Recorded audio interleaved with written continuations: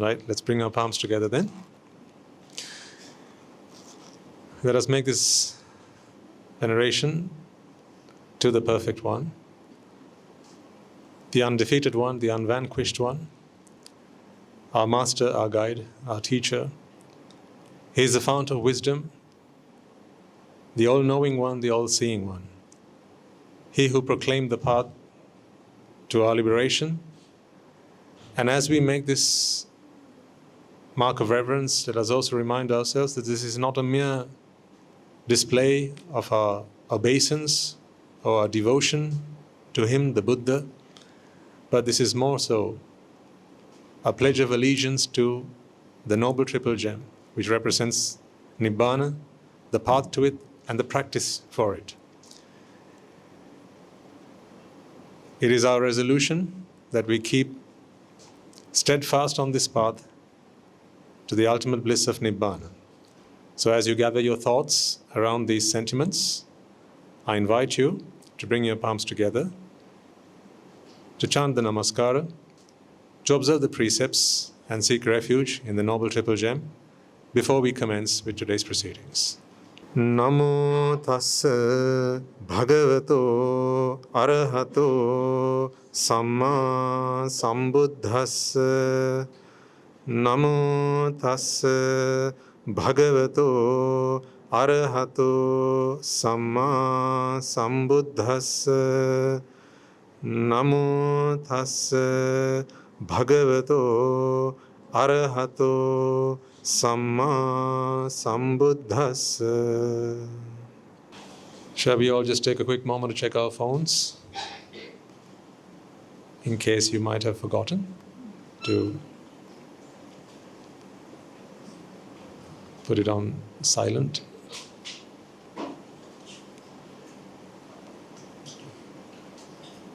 Just out of courtesy towards everyone else. Thank you. I appreciate the gesture.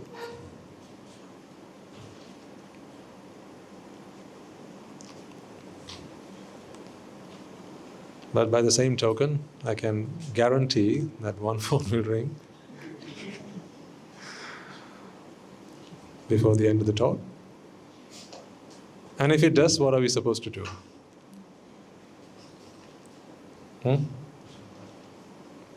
If a phone goes off, then what are we supposed to do? We're supposed to find the culprit, mock them, ridicule them, and make them feel like second-class citizens, and make them feel like they were never here in the first place.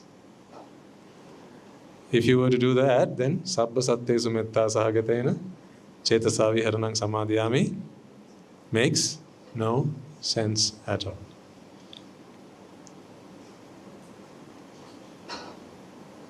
We must all learn to love our neighbor as we love ourselves. That is why great philosophers of the past have said, love thy neighbor. Do unto others as you would like to have done to yourself. The Buddha speaks and he says the same thing. If you have come to understand by this point that you are nothing more than a series of chittas, ladies and gentlemen, then it is the duty of each chitta to show love and compassion to the chitta that comes after it, because that is your immediate neighbor.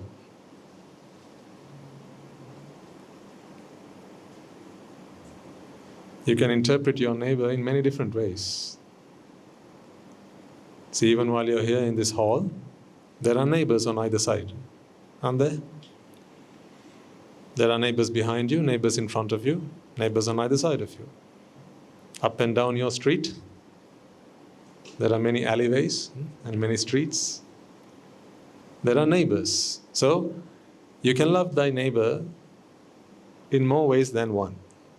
So they are your neighbors as well, and it is to ensure that they are able to enjoy, experience, listen to this sermon with complete concentration and without distraction. What did we just do a moment ago? we made sure that our phones were muted. But it is not just them who will benefit from it. See, this is something very beautiful that I really have come to admire about how nature works. I'll share that with you. It is quite impossible to actually do good to others without doing it to yourself. Try it if you can. I challenge you. I'll repeat what I just said. I challenge you to do something good to another without the benefit of what you have done coming to you as well. Do try if you can, and I dare you, you will always fail. In other words, it is virtually impossible to do good to others without doing it to yourselves. Why is that? Because it is your volition, your intention. If you intentionally do good to others, your intention itself is the best reward for your goodness. Because what is karma? Chetanaham bhikkhave kammang vadami uttered the Buddha. These profound words mean, ladies and gentlemen, that your volition is your karma. That is your doing. So if you intend to do good to others, it is good that you have done to yourselves immediately. Even before the goodness comes to others, you have already done good to yourselves. Take a simple example.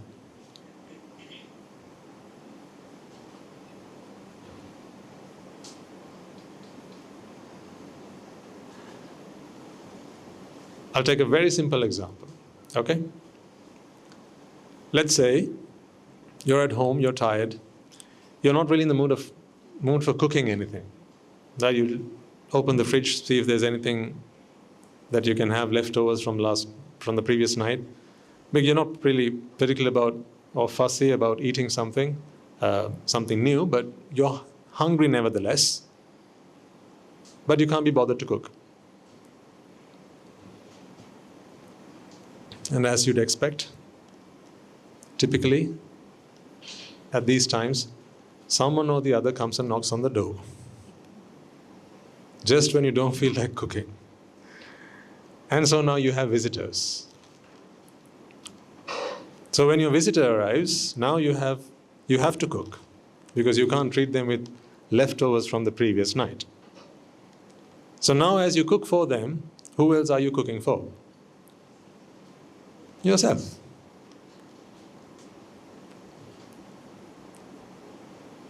You didn't want to do it for yourself. You couldn't be bothered. So you just thought, I'll just eat whatever was left over from last night. But then, when you went the extra step and you were prepared to cook for another person, now, lo and behold, there's a meal served, a fresh meal served for you as well. See, teamwork makes the dream work, eh?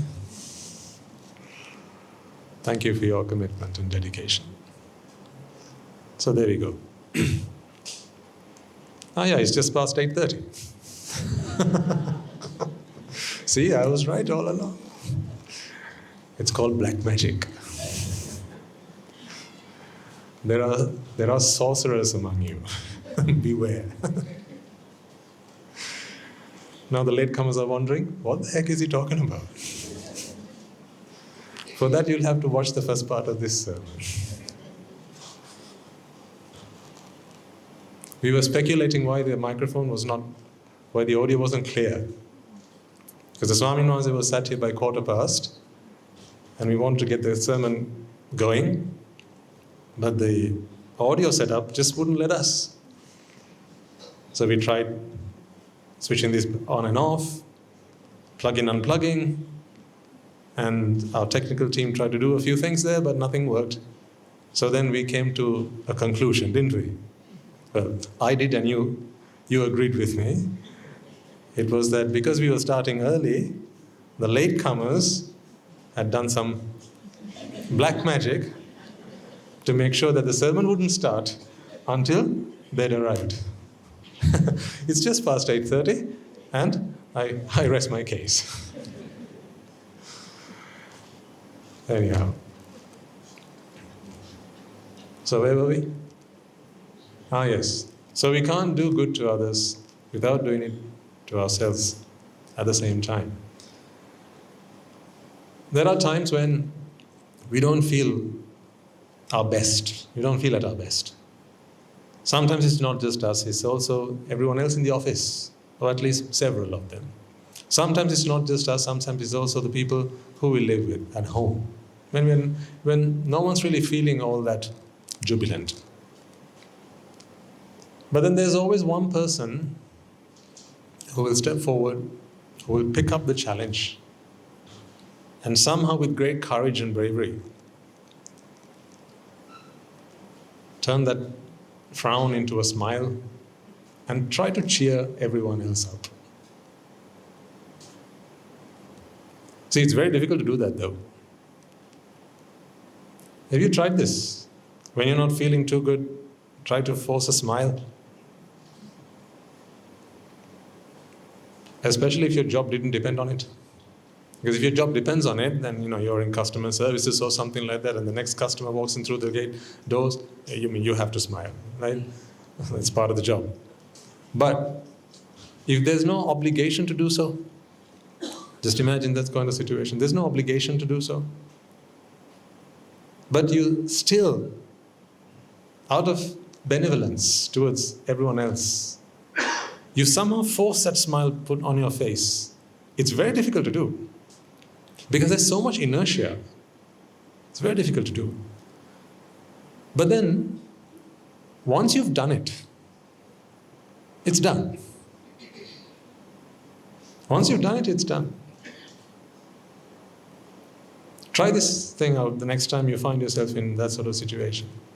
Everyone's feeling very gloomy, very down, and just very melancholy, and someone needs to be there to uplift everyone's spirits. The courage, determination, resolve, and bravery that you put in to turn your smile on pushes you a long way forward when you don't even know that it's happening. Unbeknown to you folks, you have moved a long way forward on the path to Nibbana.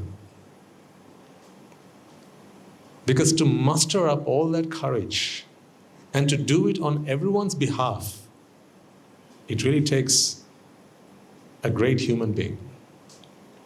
Especially if there's no one else to cheer you up. See, this is the making of bodhisattvas. When the whole world was entangled in a web of suffering, and behind a veil of ignorance and attachment, who was there to guide the bodhisattva to Buddhahood? No one. No one was there to guide him. He did try though. He went from teacher to teacher, from town to town, school to school, but no one was there to guide him. But that didn't stop him. He made a resolve. I will somehow find happiness, even if it's the last thing I do, and then I will share it with one and all. See where that ended him. You and I, we are walking on the footsteps, in his footsteps, right? We are walking on the path that he laid down for us. The best that we can become are arahants. We can't become any better than that. That's because someone else started it off for us. Someone else smiled first. And now we just have to follow suit.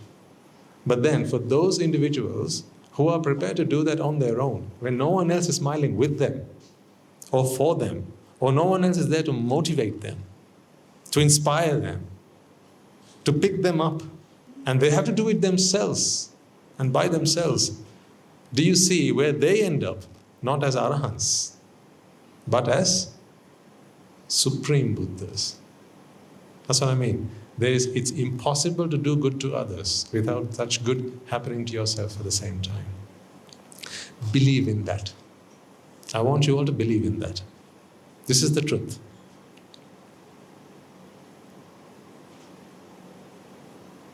Whether you identify yourself as a Buddhist, a Muslim, a Christian, a Zoroastrian, whoever you might want to identify yourself as, identify with this religion, not this religion. This religion. Do good to others and that good will always come to you. Make that your religion.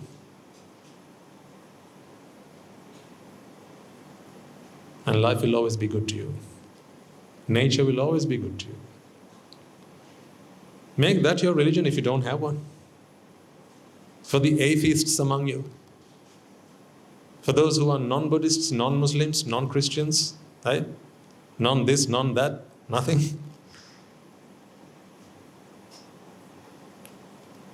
Permit me to introduce a religion to you.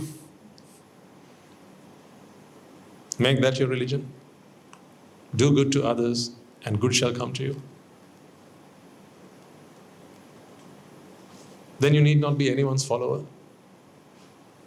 Because there might be some who don't like to be a follower. No, I don't want to be a follower of the Buddha. I don't want to be a follower of Jesus. I don't want to be a follower of anyone. I want to be independent. Fine, fair enough. You don't want to be a follower, fair enough. But we must all bow our heads to the truth, mustn't we? If you drop this, it will fall. What if you're a Christian and you drop it? What if you're a Muslim and you drop it? Then what would happen to it? It wouldn't fall, would it? It would fly. And if you're a Buddhist, it would neither fall nor fly. It would stay in mid-air. Is that so? No. Why is that? It's the truth.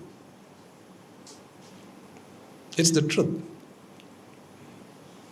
So, we must all subscribe to the truth. We can't deny the truth. Is that a religion?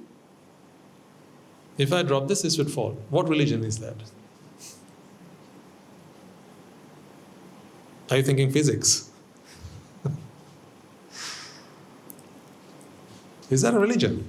If I drop this or if I let go of this, it will fall. Is that a religion? Is there anyone in this room who object to acknowledging that? There's no one in this room who objects to that. You're all in agreement with that and you will all accept that. If you let go of this, it will fall. Just as much, I invite you to make this your religion.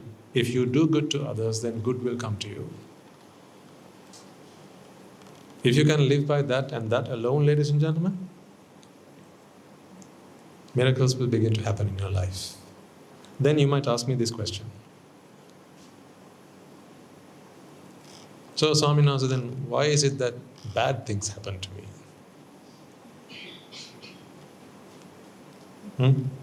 My life is not always up, up, up and up. There are plenty of downs along the way. Sometimes there are more downs than there are ups. So what's all that, Swaminatha? Who's doing that to me? What do you have to say? Well, what do you think I have to say? The same theory applies. So what's the second half of that religion? So it's like a pair of trousers. You can't just put one leg in. It'd be very weird if you did that. So once you put one leg in, you have to put, what a fine mental image that is for a Sunday morning. A trouser with just one leg in. When you wear a pair of trousers on, you have to put both legs in, right? So one leg is what I just explained to you. What is that? Do good to others and good shall come to you. What is the other leg? Do bad to others and bad shall come to you.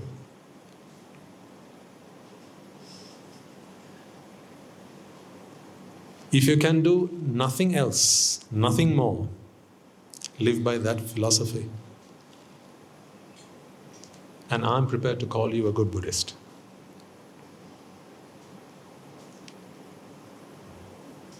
Go ask the priest at the church what he might like to call you, and he would say he's prepared to call you a good Christian. I promise you. Go ask him. Today is Sunday. There'll be Sunday service. You can go ask him. And once you're done at the church, go to the mosque. Speak to the Imam. And tell him, sir, I believe in one thing and one thing alone. I don't believe in Allah. I don't believe in God. I don't believe in any of those things, but I believe in this. I believe that if I do good to others, then good shall come to me. And if I do bad to others, then bad shall come to me. What would you call me? You ask him. What do you think he's going to say? He'll say, I call you a good Muslim. That's what he would say. Then you go to the Kovil. Once you're done there, go to the temple. Go speak to the Pusari there.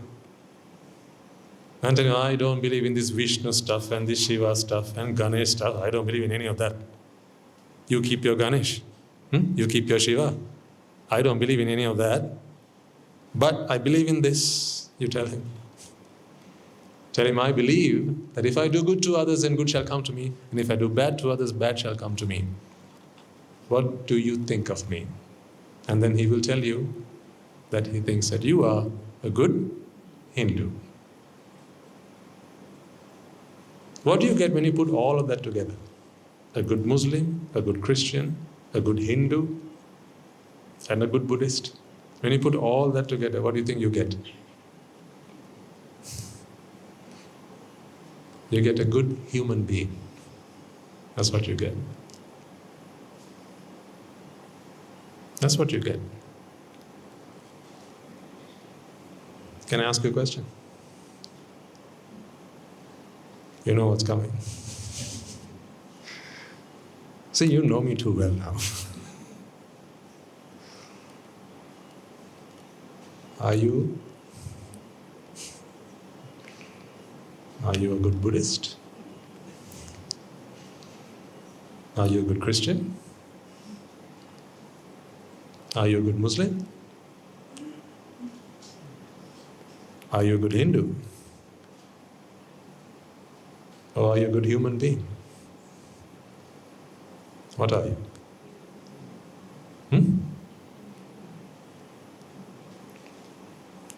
I hope you said what I want to hear. That is our business. That's what we're here for. That's what we're here for. Ignore the fact that I'm clad in a robe. This is just my attire. Now, some of you are clad in frocks and skirts and blouses and shirts and trousers. And so what? We've all got to be dressed in something or the other, right? This is my casual wear.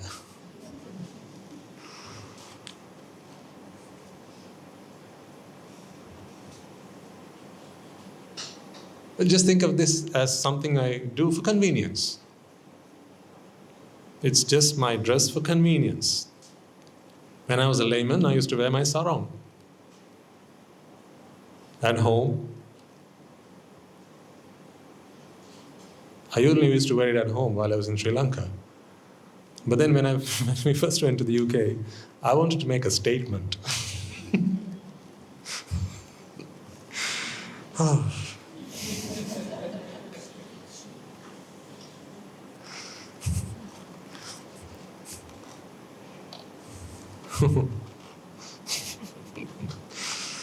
I'm struggling to get the words out of my mouth without laughing out loud. You know, those days, I was not a good human being. I wanted to be a good Sri Lankan. That's where I went wrong. I wanted to be a good Sri Lankan. So for the first few months or so, when my family and we went to the UK, So I used to wear my sarong at home. So one fine day I thought I should go to Tesco's. What do you think I did?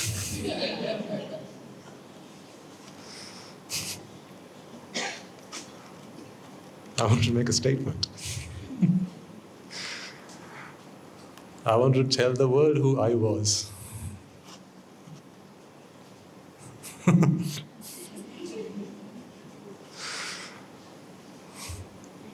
And today I'm telling the world that I'm no one. Those days I used to tell the world that I was a Sri Lankan. Like that. I was not just about any Sri Lankan, I was a Sri Lankan.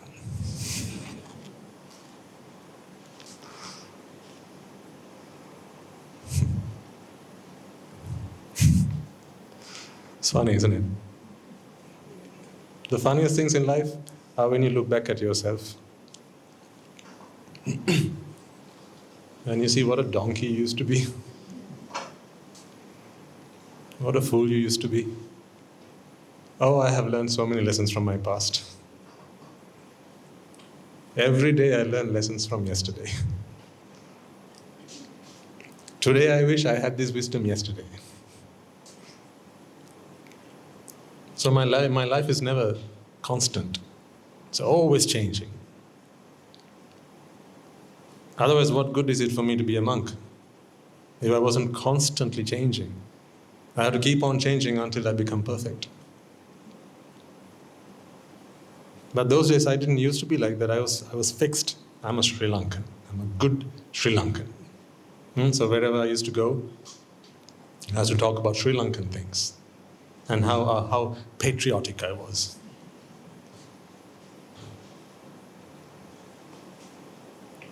So even when there would be a get-together, right, and say hardly anyone in the audience could speak a word of Sinhalese, and if there was some kind of a social gathering or something, and I had the opportunity, because I could sing. I don't know whether I can sing now, but I could sing. I'm not going to try now. I'll tell Guru Handro.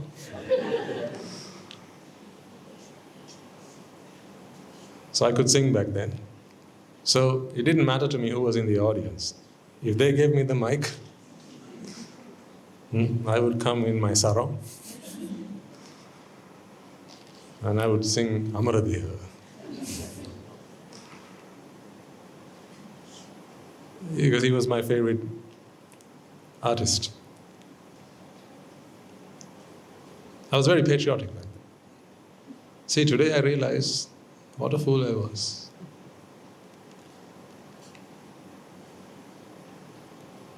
I gave up my Sinhalakam and became a Sihela. I realized that if I'm not a good human being, then I cannot be a good Sri Lankan. I cannot. If you cannot be a good human being, you can never be a good Hindu. Go ask at any Kovil and they will tell you the same. If you cannot be a good human being, you cannot be a good Christian. No church would deny that.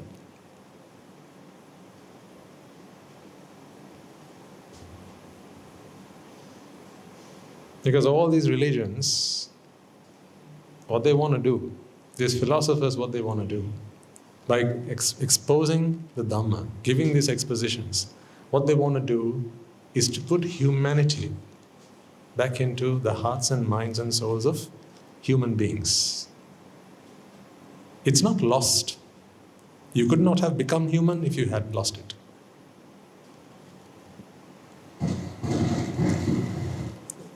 Okay, I won't do that again. You could not have become human if you didn't have it in you. It's there. At least a modicum of it is there. We have all been given an opportunity of life this opportunity of life, ladies and gentlemen, to cultivate our humanness. We don't all start off as great human beings. We start off as humans, but we don't all start off as great human beings. We are kind of like neither good nor bad. There are tendencies, right from birth, there are tendencies. That is why some of you are born human, you're all born human. Some are born male, others are born female. Those are tendencies. Those tendencies are your heritage. You inherit that from your previous actions.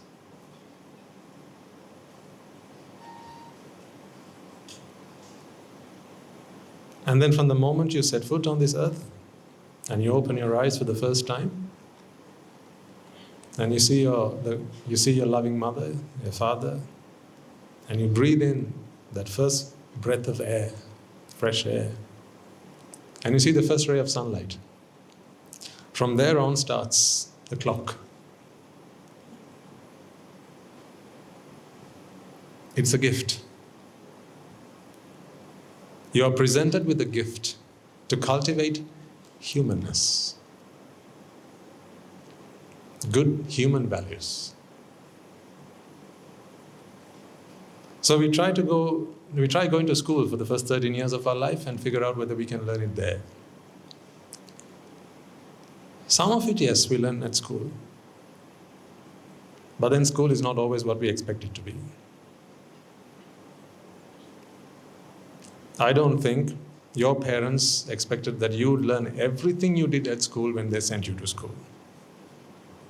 There were things that they wanted you to learn at school, and there were things that you didn't want. They didn't want you to learn at school, but you learned them nonetheless.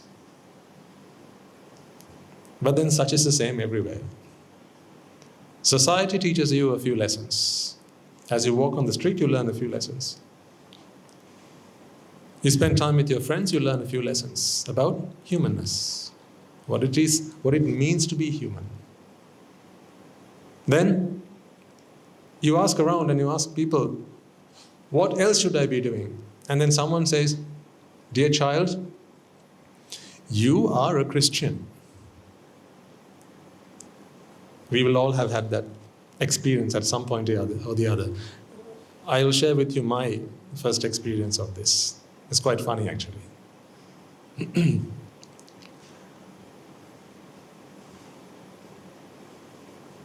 So, my parents told me that I was a Buddhist. It's one of those things, isn't it? You're a Buddhist. I'm like, okay, why? No, you're a Buddhist. Don't ask why. It's one of those things you're not supposed to ask. The only answer they can give you is, because what? We're also Buddhists. So if parents are Buddhists, then inevitably children are Buddhists. So that's why.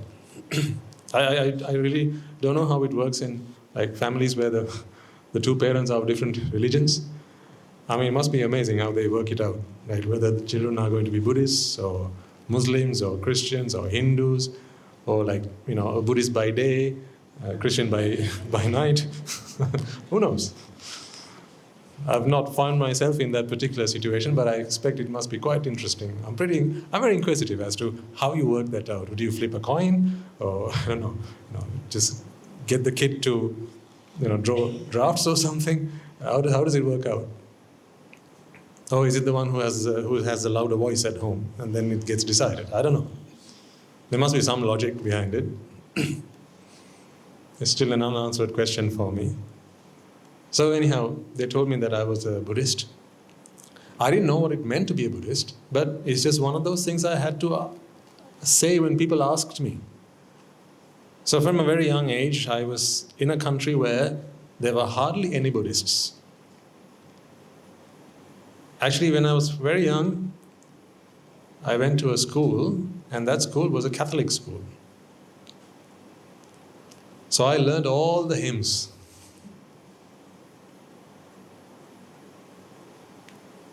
And I was very good at that.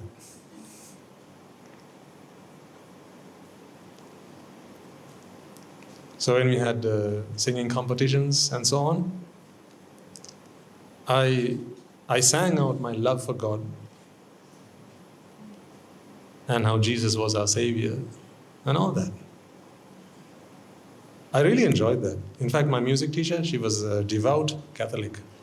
So it was a Catholic school. So I was quite young at the time, and my parents didn't know what being Buddhist was. So they were not, at home, they never said, "You are a Buddhist, stop talking about Jesus Christ." That never happened at home, because if I'd asked them, so who should I be talking about? All they could have said was, "There's a statue up there, he's the one." At the Buddha. Because they knew that I was very inquisitive all the time. So if I'd asked them more questions, then they would have had no answers. And we were at a place where there were no temples, there were no monks, right, to go and show or ask any of these questions. And they were not very devout Buddhists either. So we didn't have this offering flowers or incense or water, none of that stuff at home. But there was a Buddha statue. That's the only symbol we had at home, which told me that we were Buddhists. But then when back at school, it was everything. So I've learned all those, hark now, hear the angels sing, all of that. I was the best in my class.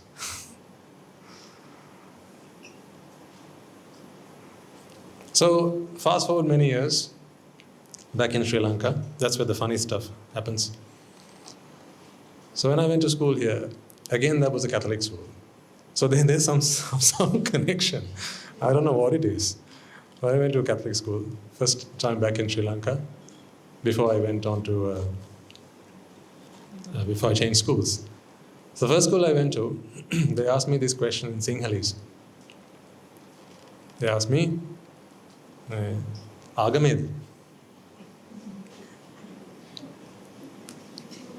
I said, "Yes." "Natu?"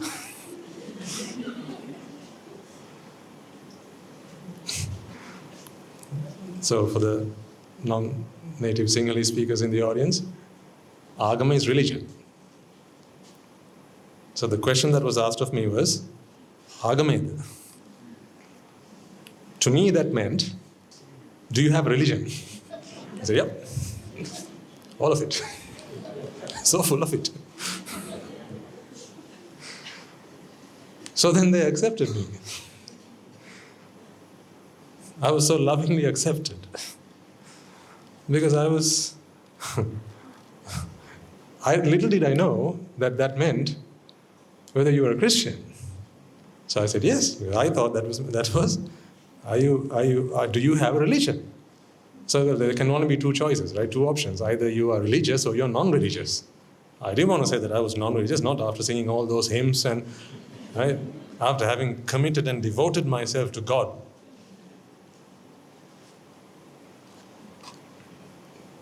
I used to really look forward to Christmas. I'd sing my heart out, express my love and devotion to Jesus and so on. I remember when I was younger, all those. So, but then I was a Buddhist. A Buddhist who was in love with Jesus Christ.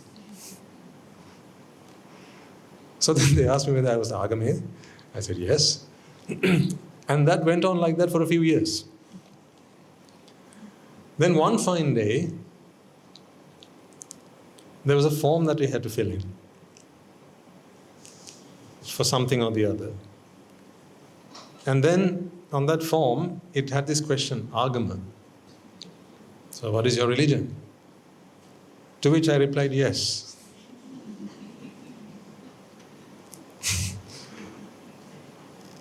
So someone showed me, said, "No, that's not what you're supposed to put in there. You're supposed to put in your religion, insert your religion." "Yeah, but I am religious." So that's what I've always been. At school, they've asked me whether I'm Agame, and I've always said yes. So should I not just be saying yes to this? "No, Agame is religion. Agame means, are you Christian?" I was like, "What?" But I'm a Buddhist. So that's the day I learned that agame meant you're a Christian. So I was very confused then. And then there was this I was very fascinated by this one particular song that came out when I was younger. If you recall, it was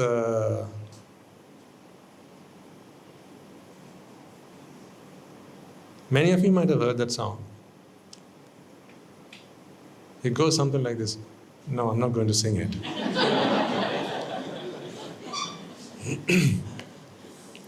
It says, Jesus, come back and save the world. Krishna, Allah. I can't remember the words now. It's been a long time. It's a very old bell, just about ringing. Colonial Cousins, thank you. Yes, it was the Colonial Cousins. I was in love with that song. I truly was in love with that song. So whenever I had an opportunity to get on a stage and sing something, that was the song I always sang. You know why? Because I felt that in that song, I found something so special, so unique, so me. Because he was talking about Jesus, he was talking about Krishna, he was talking about Allah. He was talking about so much greatness. And it was an invitation. Come back and save the world. The world needs you. Come back and save the world. It resonated with me. So then I began to ask myself, around this time, should I be a Buddhist? Is that who I'm supposed to be? Am I supposed to be a Christian? Or am I supposed to be a Muslim? Is that who I'm supposed to be? Just because my parents are Buddhist, does that make me a Buddhist? Just because I went to a Catholic school, does that make me a Christian? Who am I? What is my religion? It was a question that began to actually bother me. Back then, there was no one to answer those questions for me. I read about religions. I read about religions, watched documentaries, programs, and every program I watched, and pretty much every book I read. Here's the thing. This is why I didn't like them. They all said that only that religion is right, and everything else is wrong. Sometimes it was said very subtly. Very subtly.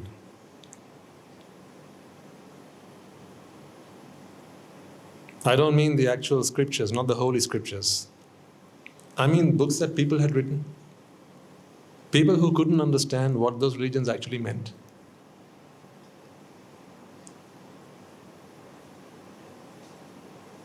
People of ignorance who picked up the Bible, read it, and interpreted it in their own ways. And in doing so, losing the spirit in which those words were uttered. People who picked up the Holy Quran, people with ignorance, and they read it, and they interpreted it in their own ways, because they had an agenda, because they had a religion. That was the problem. They had a religion. Just like when I was younger and I was a Sri Lankan, and I wanted to make a statement.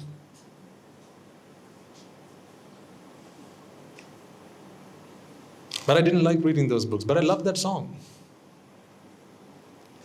Because in that song, there was never any reference to who was right and who was wrong.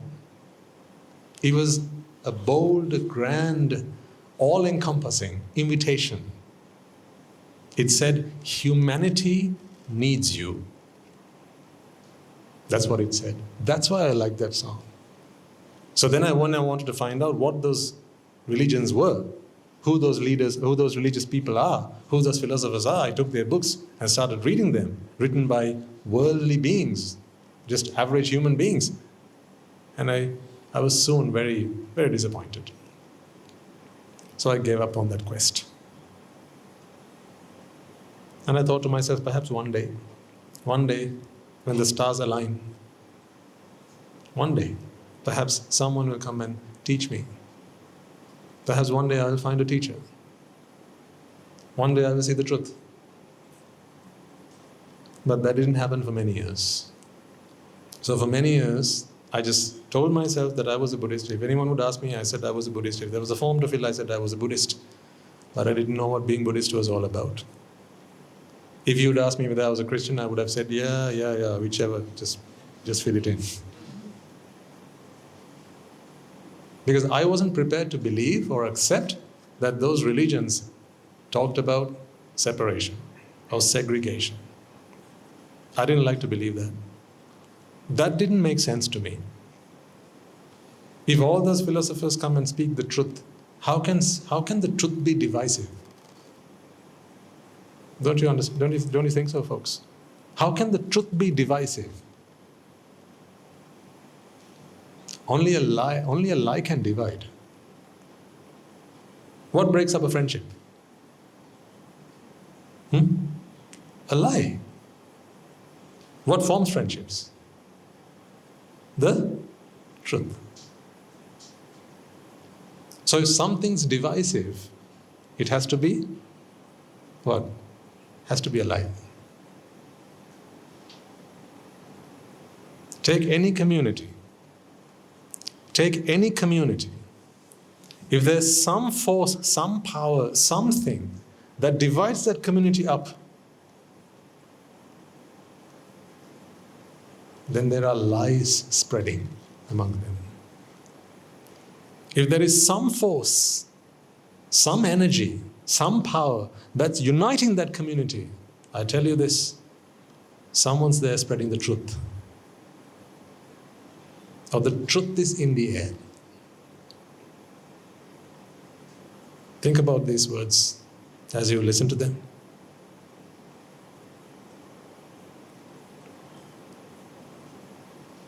When you have a little argument at home, husband and wife, let's say, what do you tend to do?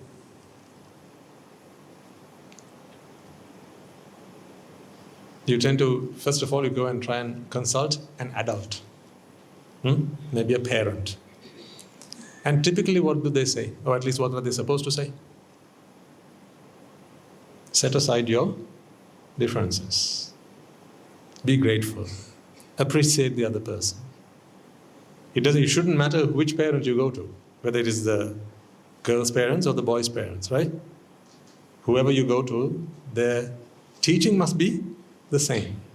Because if they wish for your happiness and your happiness is with the other individual, and they have accepted and that is why they have given you in marriage, then their words must be comforting, in other words, uniting, meaning they have to give you the truth. Then shortly afterwards, you realize that you were fighting about something minuscule, something, what's the word? Trivial, yes, something trivial. And then you realize, well, what's the point of arguing about that? Let's just give it up. So now you give up a lie and you unite. In any community, this is so. But as I grew up, I started to look around and what I saw was the Christians, they kept to themselves.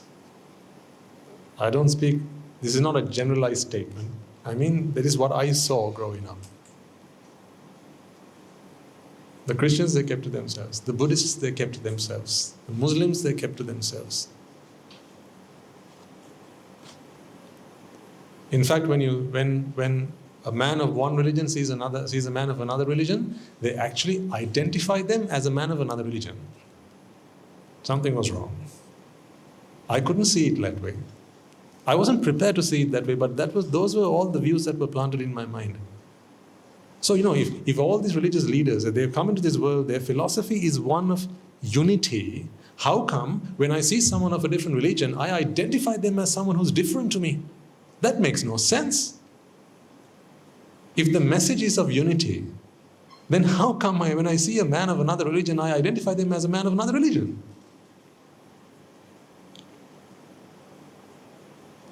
Sometimes the first thing that you identify with someone is their religion. Even before you have got to know their name. And immediately, inside, we have started dividing.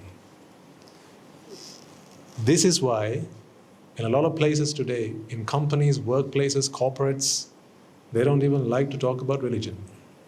So we have this experience a lot. A lot of the work we do,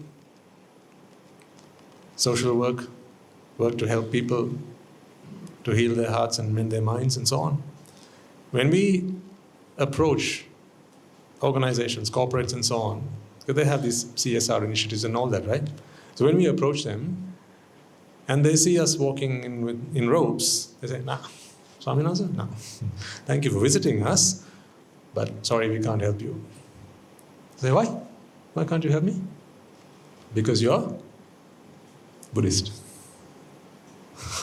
Which part of me is Buddhist? The robe? This is just a fabric. Is it the bald head? I don't know. What is it? You're Buddhist. Even before we have spoken. You're Buddhist. Don't want to know. So we say, we're doing a school. Right? We're doing a school for children. Children from grade 1 to grade 13. Right? And we want to educate them. We have around 250 children with us. And we want to give them a good education. We want to teach them values and virtues and humanness. And we want to teach them the truth. This is what we say. Because that is the truth. I can't speak lies not after consuming the meals that you have offered me. It wouldn't digest in me if I spoke nothing but the truth. So I speak the truth and say, this is what we're here for. I say, yes, I get all that, but... So they look me up and down. So I know that there's an elephant in the room. And that is my robe. Because I go clad in a robe, I'm a Buddhist, and therefore what I'm doing must be Buddhistic, if that's even a word. And even better, if I went in a hijab, they'd still turn me around. They'd still turn me away. Say, you are Muslim, we can't help you. If I went in bearing a cross, what would they still say? No, you are a religious man. We can't help you because we can't be seen to be partisan, biased. Look at what so-called religion has done to this world. Which religious teacher spoke about division? I ask you. Which great philosopher talked about you should only love your own kind? Where did Jesus say, look after the Christians? And to hell with the others? Where did Jesus ever say that?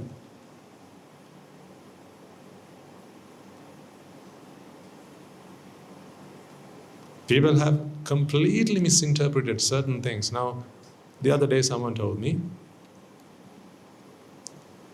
because there was this extremism going on, right? From time to time you have this, right? For the simple reason that people interpret these great teachings based on their own understanding of the world. And it's such a pity that when people do that and then they propagate these ideas. Someone told me the other day, because they were asking for my opinion, they said, I think it was an interview, they said this, they said, this gentleman told me, Swaminathan, I've heard that in Islam, it is said that God only wishes for Muslims to thrive, and that it is said that if you come across one who is not accepting of the Almighty, Allah, then you must be off with them. You must off with them.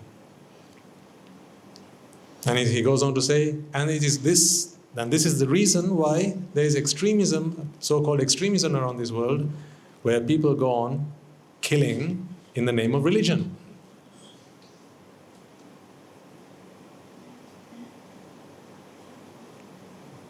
So I asked him, well, what evidence do you have? He said, well, apparently it's in the Quran. I said, have you read it? No, apparently it's in there. Well, apparently there's everything everywhere, right? I mean, I could have said, apparently your mother's a cow. Apparently anything can be anywhere. So I said, no, don't go by apparently this, apparently that. But if you want, I can help you interpret that. Even if that is what is in the Quran, I can help you interpret that in the way that it must have been meant. So he said, I'm all ears. What do you have to say about that?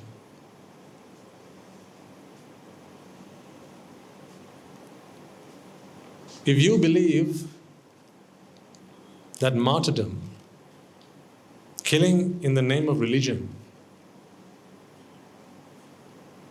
if you believe that in the Holy Quran it says that if the next person you meet, you come across, is not a Muslim, if he has not accepted God, then by killing him, you will go to heaven.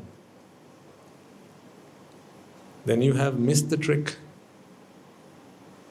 Your intelligence has failed you. That is not the killing that you think. You have interpreted killing in your own way. Because you only know one type of killing. For that you need a sword. You need a knife, you need a dagger. You need a suicide bomb vest. That's the killing that you know. But that's not what God would have meant. That's not what the Prophet would have meant. What he would have meant was kill the sense of self. Kill the sense of self. If you come across someone who does not accept God, God being the truth, God being the truth, if you come across someone who does not accept God, kill him. Yes. Kill the sense of self within him. Because the sense of self, ego, is demonic. Ego is the force within you that goes against God. God is the truth. So if you can help kill one's sense of self, one's ego, then surely that is a sure and short fast track to heaven. What am I doing right now? I'm here to kill every one of you. Anyone and everyone who doesn't believe in God, I'm here to kill you all. Now you understand what it means, right? To kill here is to kill the ego within each and every one. It's what Adam and Eve did when they took a bite of the forbidden apple. They forbade God. And unto themselves, they took on the role of God. Meaning, a sense of ego overtook them. So from here on, I choose, I do, I decide. Meaning, you have given up your subservience to nature, vipaka. The process of karma has begun within your mind. See? That is what we have to kill. So if someone comes up to you and says, these Muslims, they go on killing people in the name of God. Extremists. Don't you jump on the same bandwagon. Even if they were to say that it is said such words are said in the Holy Quran, even if it is said that this is what the preachers preach in the mosques, we must have the intelligence to understand what is said. Don't you think so?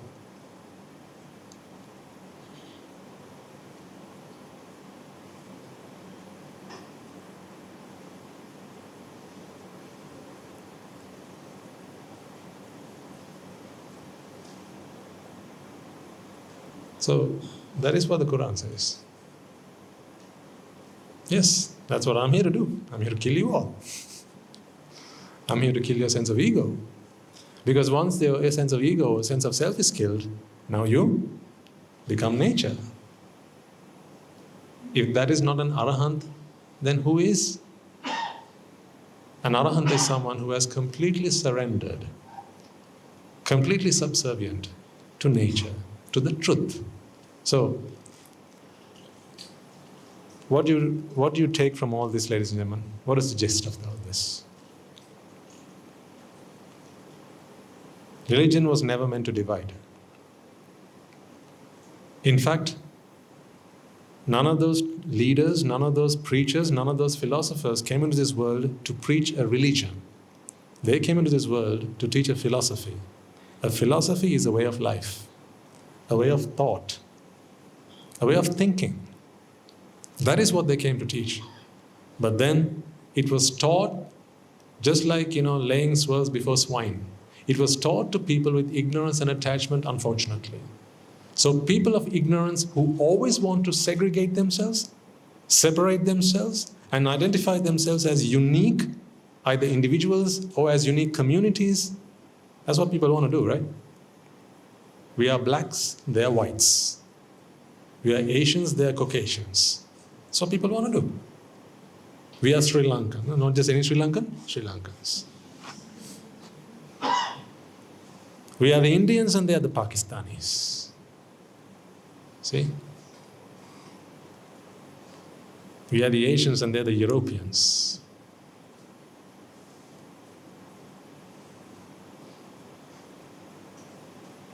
Nature doesn't see us like that.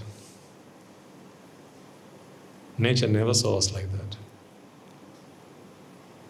The funny thing is, they all go to church, they all go to the temple, they all go to the mosque, and then they worship in front of God and say, God, everything is your creation. So when everything is your creation, then why do you destroy part of God's creation? This is this segregatory mindset, ladies and gentlemen, and I don't want any of you to subscribe to any of that nonsense. That's why I want you all not to be a good Buddhist, not to be a good Muslim, not to be a good Hindu, or a good Christian, or any of that. I want you all to be good what? Human beings. Because that is the melting pot. When you put the best of all that into one place, you get a good human being. That is what we are here to aspire to become good human beings. And that is why I so freely share with you what I have gleaned from the Bible, what I have learned from the Holy Quran, what I have taken from the Tripitaka, what we have taken from the Bhagavad Gita. Because they all contain truths. Granted, not everyone can interpret them, because for that you need insight. Mere sight is not enough. With sight you see what is on the surface, but insight lets you penetrate through that and see the essence of what it's there to convey. Many of these teachings, they are taught in the shape of metaphors, parables, stories, and so on. But every man to himself.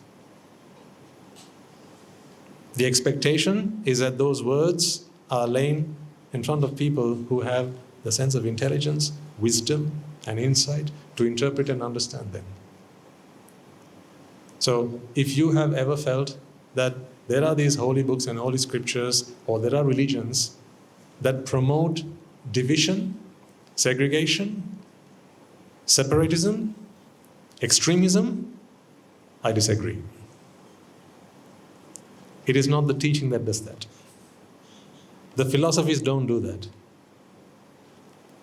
If you took the trouble to read one of those books and interpret them in the right mindset, in the right light, you will also come to the same conclusion as I have come to today. They are not there to divide. They are there to unite. People divide out of ignorance. So much so that today, although people say that I'm a good Buddhist, Muslim, Hindu, and so on, all I can think is people are good. If you ask them what their religion is, it would have to be ignorance. That is what people's religion is. Ignorance. Ignorance is my religion. That I accept. Because ignorance divides. Ignorance makes you think that you are different and separate to the person sat next to you.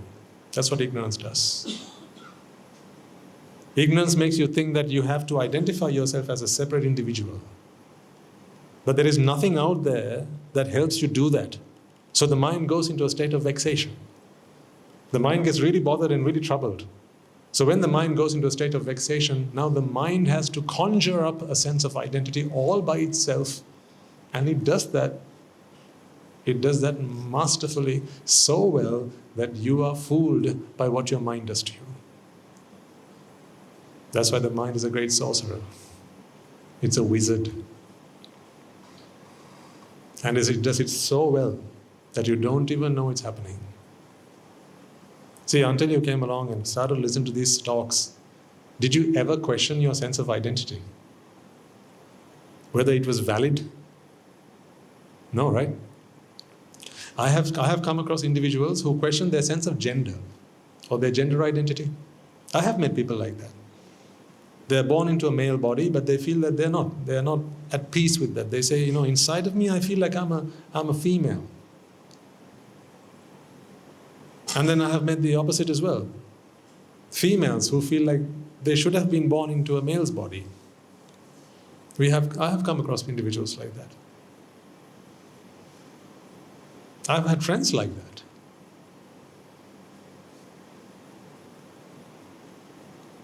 So then when they feel this gender disparity, what they have been born with and what they think they ought to be, what do they tend to do? They do what the world says they have to do, which is reconcile the difference. How so?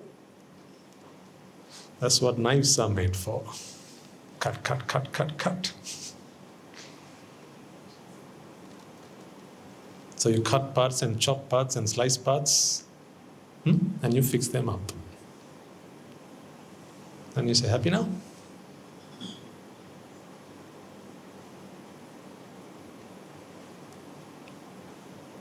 I have a much simpler solution. Non-invasive. I have non-invasive surgery. Would you care to know? Non-invasive therapy. Always non-invasive. All it requires is for you to sit down and listen. That's all. For you to truly understand who you are. I can draw you on the board, ladies and gentlemen. And I don't even need to be good at art for this. And that's not because you're ugly. You're all very beautiful people, right? So you might wonder, well, if you're not a good artist, Swaminatha, how are you going to draw me in my right proportions? That's because you are not who you think you are. You are merely that. That's you.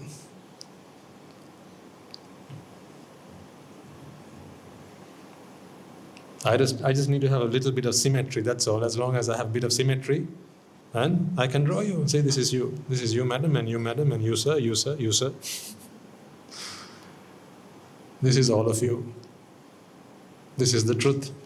See, if this is all of you, has this not just made you feel like you're all united?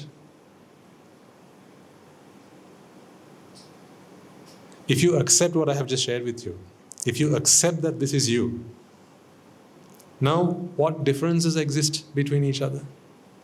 None, because if this is you, then you are all this.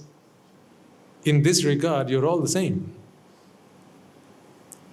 So, for the newcomers in the audience, some of you are looking very perplexed. This is me?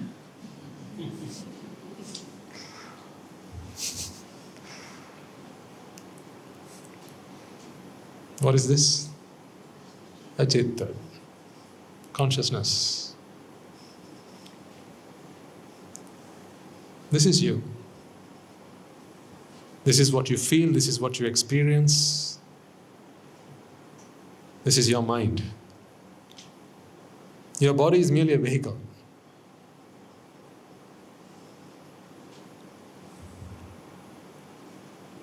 I hope we have all come to a point, or at least we are getting there, where you have come to terms with the fact that these bodies are hardly anything to take into account. One simple evidence is enough for you to overcome any differences that you experience through these bodily differences. Males and females, you all eat from the same rice pot, don't you? So if you all eat from the same rice pot, how can you be so malish and so femalish as much as you think you are? What can be so different? If you are all the same constituent elements, then all you are merely those elements arranged in a particular way. That's all. There's no part of you that is neither carbon, hydrogen, oxygen, nor nitrogen, just to name a few. So take all those elements and rearrange them, and we can make anyone else in this room. It's entirely possible. Any volunteers? Just to try it out. From any one of you, we can make anyone else in this room. It's just a rearrangement of matter and energy, that's all. This uniqueness that you think is physical is not there actually. But our delusion always leads us to think that these physical forms are a huge part of our identity. So much so, folks, that is why you feel that you want the association of the opposite gender. Just think about it for a second. When you think about someone of the opposite gender, are you really thinking about their minds or their bodies? Let's talk about that for a second.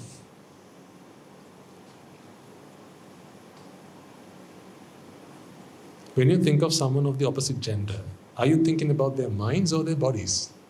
The initial attraction. Let's just talk about that for a second. The initial attraction. You see someone walking into the room. Okay? Now let's say someone just walks into this room and you are looking for a suitable partner. Too late for that, Swamin Wahansa. Some of you say.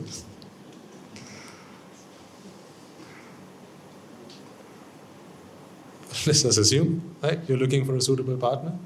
Someone walks into the room and they are of the opposite gender.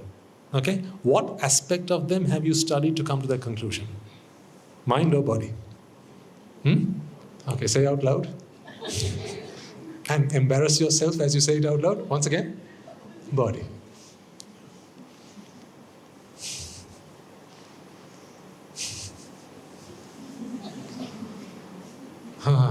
To think that I was once married.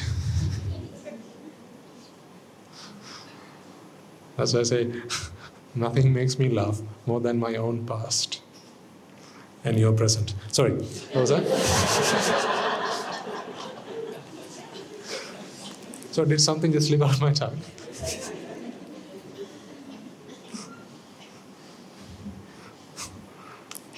So you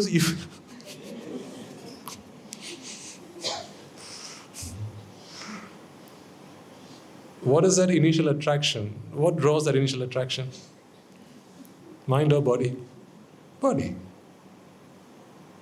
How do you say that that is female? Imagine you're a guy, a girl walks into the room. What part of her is female?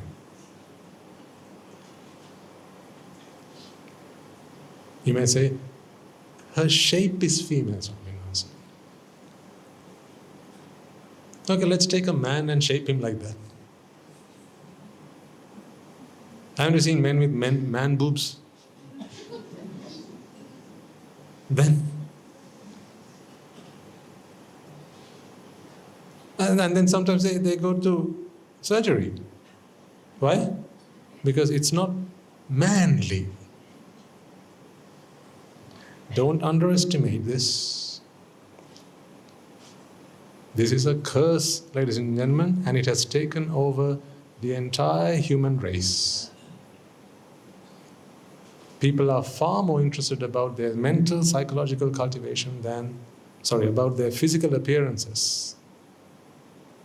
They're far more concerned about how they look and what their looks say about them than their attitudes, their aptitudes, their wisdom, their values, their virtues. There's almost no room for that anymore.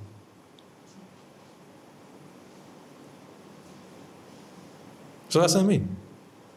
Person walks into the room, and if you are someone who's looking for a partner, right? Then the moment you set your eyes on that individual, you check male or female, male or female, male or female.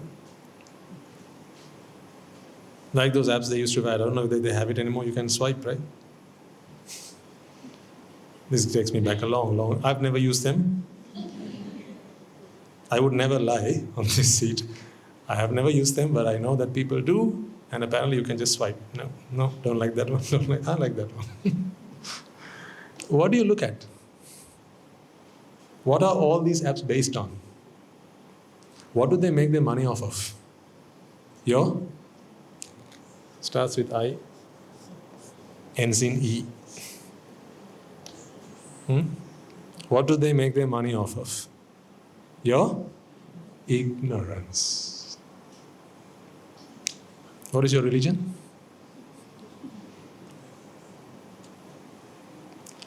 Don't tell me that you are a good Christian. I don't accept that. The Christian philosophy unites, it doesn't divide. It talks about what has happened to human beings when they thought themselves as separate individuals. In the Holy Bible, where it talks about the forbidden tree again, as Adam plucks the fruit, and he takes a bite of that, and then Eva takes a bite of that. It is said that one of the first things they did was what? They covered themselves up. They have very deep symbolic meaning, these things. Don't just take them at face value. I could show you what the Buddha taught in the Bible, page to page. That's why this is not a Buddhism lecture. This is about the truth. Ignore the fact that I'm clad in a robe. Otherwise you will think this is a Buddhist monk doing a Buddhist sermon. Not so. This is a human being talking about humanness. Look past the robe that I'm clad in. Put your ear to my heart and listen to its rhythm.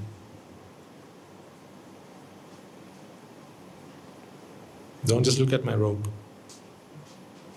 Listen to what my heart says. He said that one of the first things they did was they took some leaves of a nearby branch. You will see some of the drawings. And Adam needed one of these. Eva needed? How many? Eve was in the house? How many? How many? 2.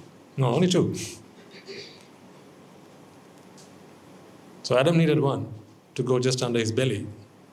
Eva needed 2, one there and one above on her chest. What do you think that means?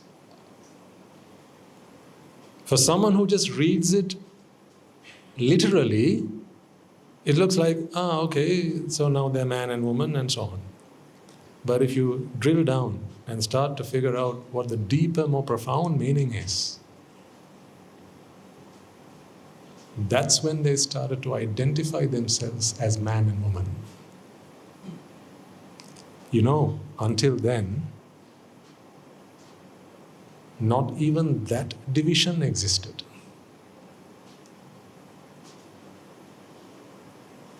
That's what I want you to understand. Until they took a bite of ignorance. Until they took a bite of ignorance, their minds were pure. God had created them in His figure, in His form. But until they took a bite of ignorance, that separation did not exist. That I am a man and she's a woman.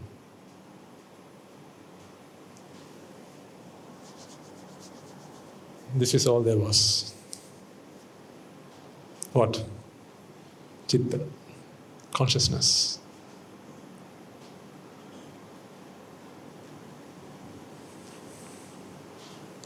But what did Satan do? That's the lie. See, what did I tell you earlier? Lies always divide. Truth always unites. They were united to begin with.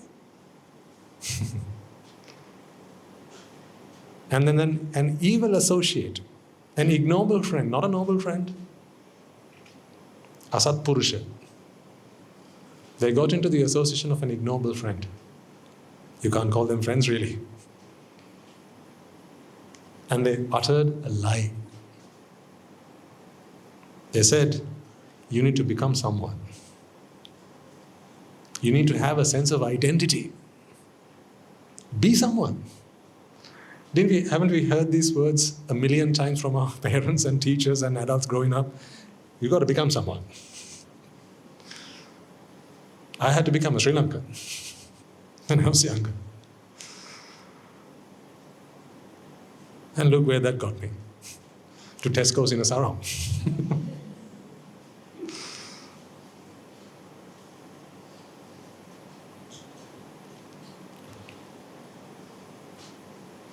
See, ignorance divides. So that drushti, that wrong view that was put into Adam and Eve, and they took a bite of that ignorance of the apple, is to symbolize the acceptance of ignorance and then attachment. Ignorance and attachment. To take that bite is the moment where, out of ignorance, because ignorance was what the serpent said. That's what the Satan said. You got to be different. You got to be, what it is said that what Satan said was, God wants to rule over you. He wants to have it His way. He wants you to be His servants. Don't bow your head to that. You got to stand up. And you can become God's equal. I don't know whether you perceive the profoundness of those words, ladies and gentlemen, but there's fireworks going in my mind right now.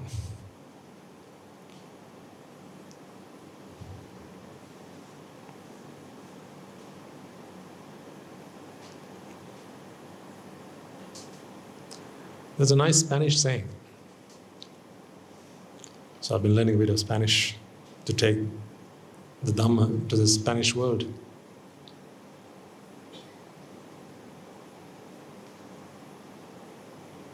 It says, el mente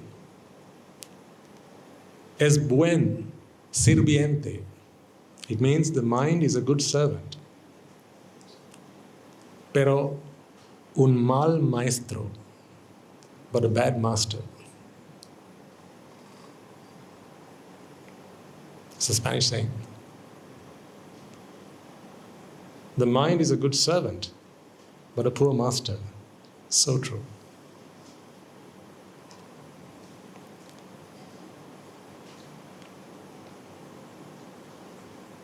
Connect that with what we just talked about with Adam and Eve and the garden.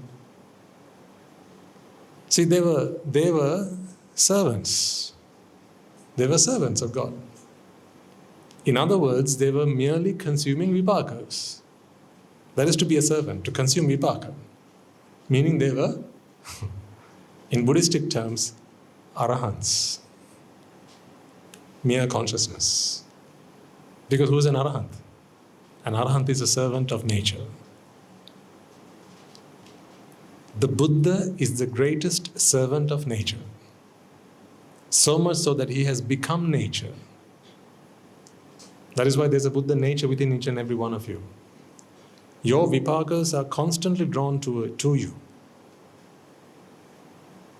Sirviente is a servant. Buen sirviente, a good servant. Your vipakas are constantly drawn towards you, and your task is merely to consume them. That's it.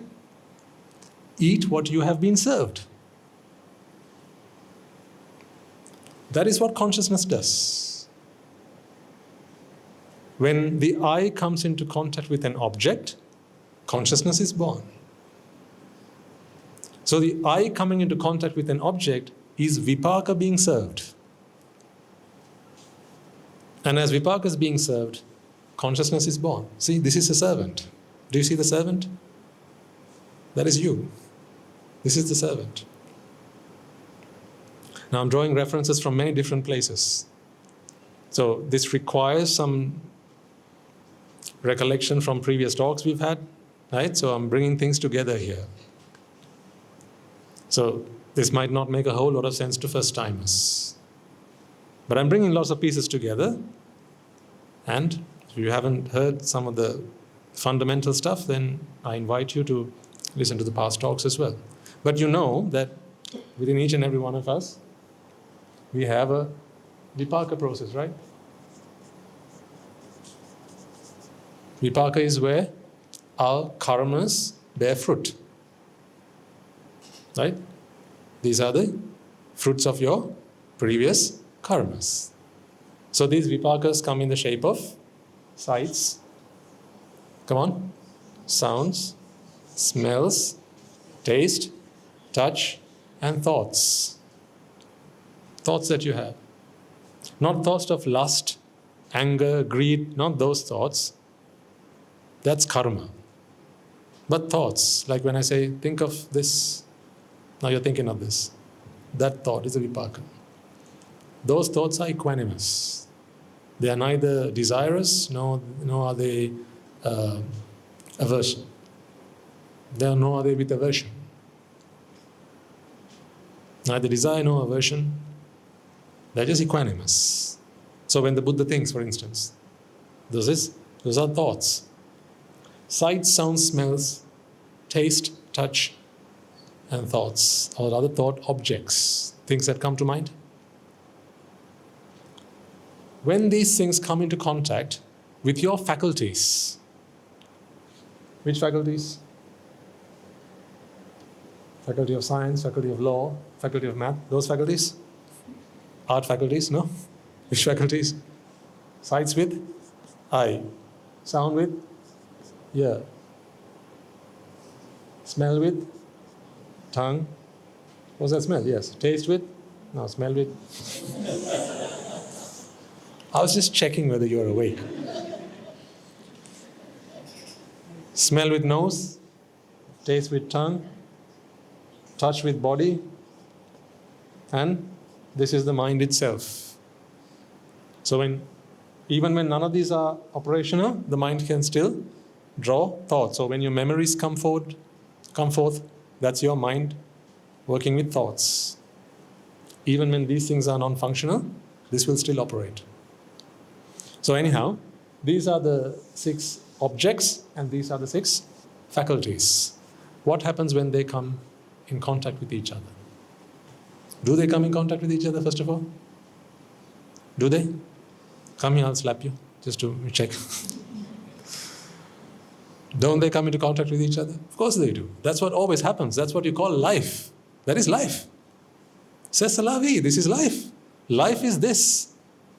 When these things come into contact with each other, that is life. Life is nothing more than that. What about your likes and dislikes and your preferences and your all that? That's not life.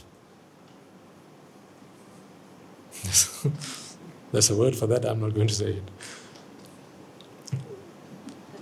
But then that doesn't help you either. Actually, that's hell. That's hell. When karma takes over, that's hell. But we'll come to that in a moment. This is life. Are you all with me on this? This is life. So when you say, I'm alive, everyone here alive?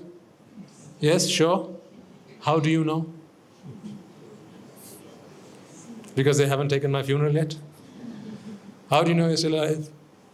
Because one of these 6 things is going on with you right now, isn't it? No 2 things will happen at once.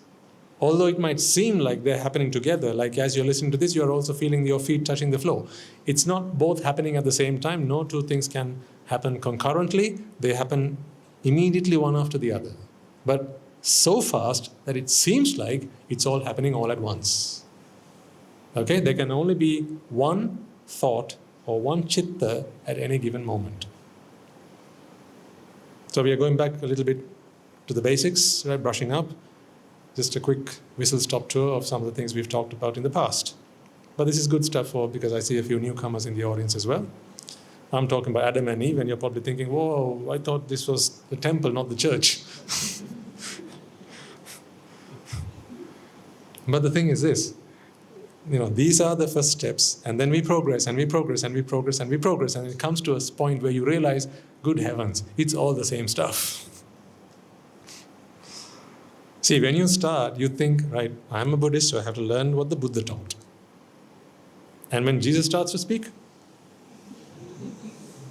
just in case he makes me a Christian.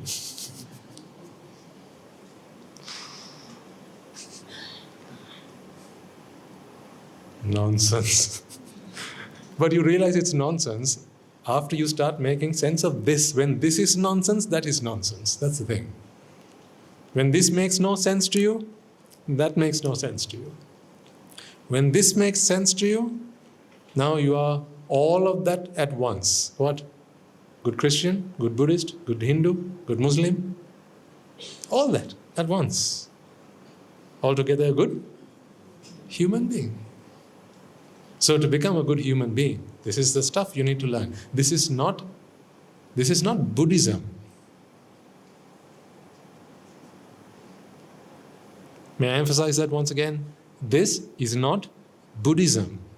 This is the truth. If there's anyone in this audience who can stand up and say that, Swami, this does not apply to me because I'm a Christian.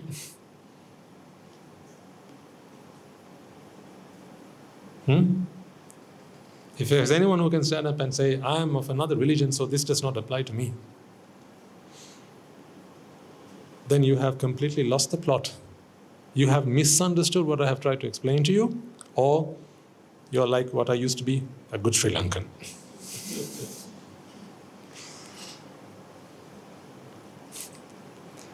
If Jesus were alive today, this is what he'd want you to learn.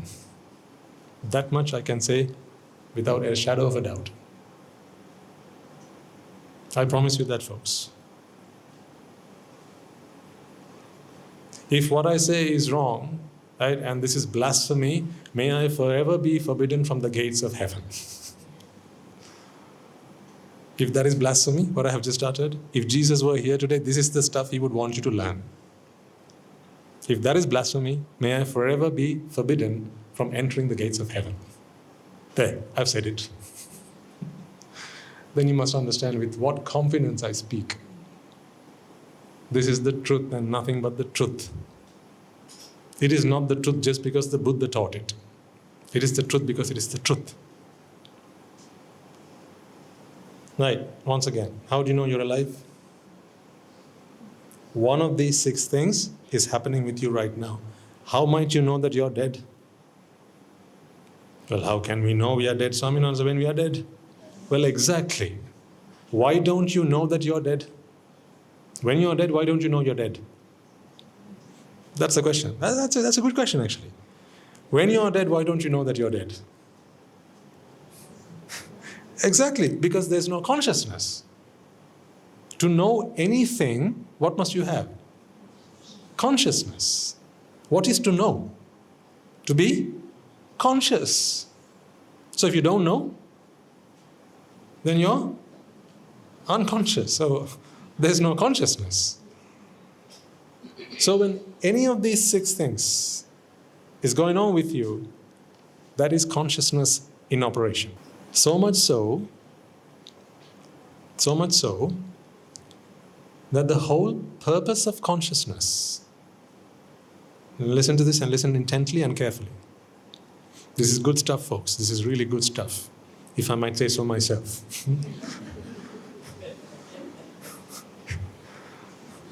I mean, someone's got to give the man some credit, right? If none of you are going to give it, then I will give it myself. This is really good stuff, right?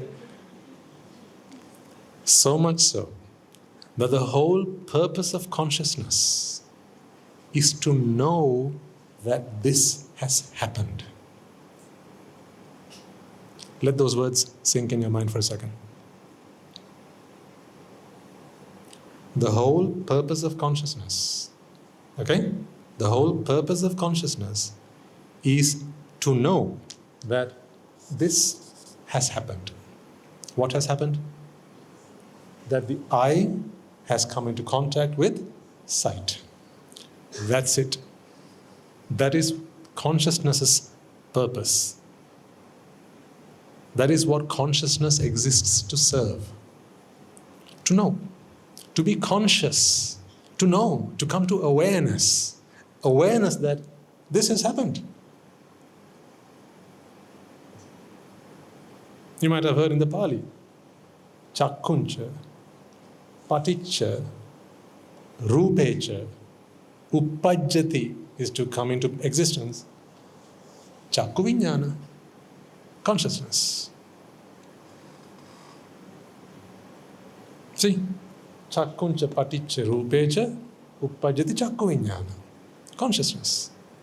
In English, Chakkuncha is eye, Paticca is to come into contact, Rupecha is form or an object, and out of that comes the effect. This leads to the effect of consciousness. Chakku Vijnana is the consciousness about sight consciousness. Do the next one for me then. Do the next one for me. Ear, sound, contact. What is the effect of that? Sound, consciousness.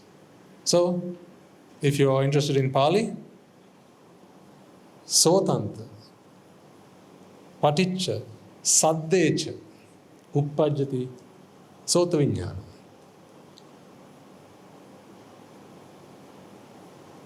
This is the hearing consciousness. Hey, that's all you are.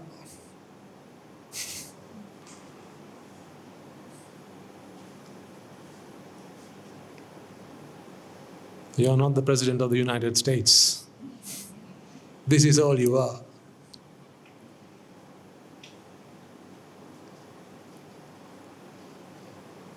This is all you are. This is nature. This is being a servant. This is the mind being a good servant. El mente es buen sirviente.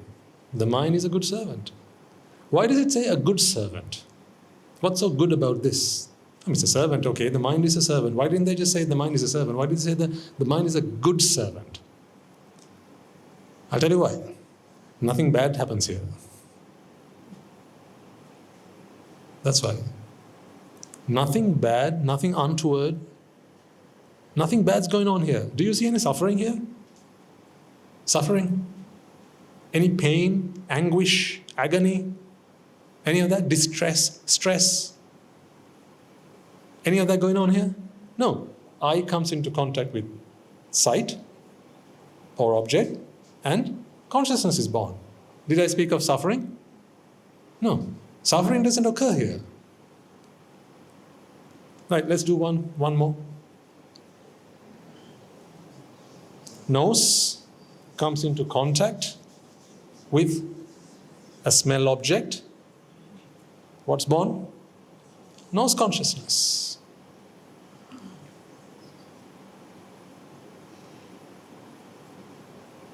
Or you could call it smell consciousness. Smell consciousness. So the same applies for the rest of them. Now then you see, each of these causes, so you can mainly see three causes here, ladies and gentlemen. Can you see the three causes here? Can you spot three causes? Three key main causes? What three can you see? Take the first one. Here's one, eye. Here's another one, sight object. Where's the third one? Contact. What if you didn't have contact? What if you didn't have contact? What's behind this fan right now? Why can't you say? You can't tell because there's no contact. Isn't there an object? You don't know. There might be, there might not be. But I can tell you that there is. Don't you have an eye? You do. So why can't you tell what's going on here? Because they have not come into contact yet. So you see, there has to be at least three causes that have to come together, align. Right, let's make them align for a second. There you go. Eye comes into contact with object, and out of that is born sight consciousness. So didn't you all see this the moment I moved the fan out of the way? Didn't you all see this? Okay, then tell me, answer this question for me. Listen carefully and answer intently. Okay? You saw that, right? Who does that seeing belong to? Whose seeing was that? You know what? Perhaps the question didn't make a lot of sense. I'll try again. So we have a process here. What is the process? Eye has to come into contact with a sight object, and the result is eye consciousness, right? Okay, so we're going to test it out now. Don't you all have eyes? Some of them have them closed, but let's open them for a second.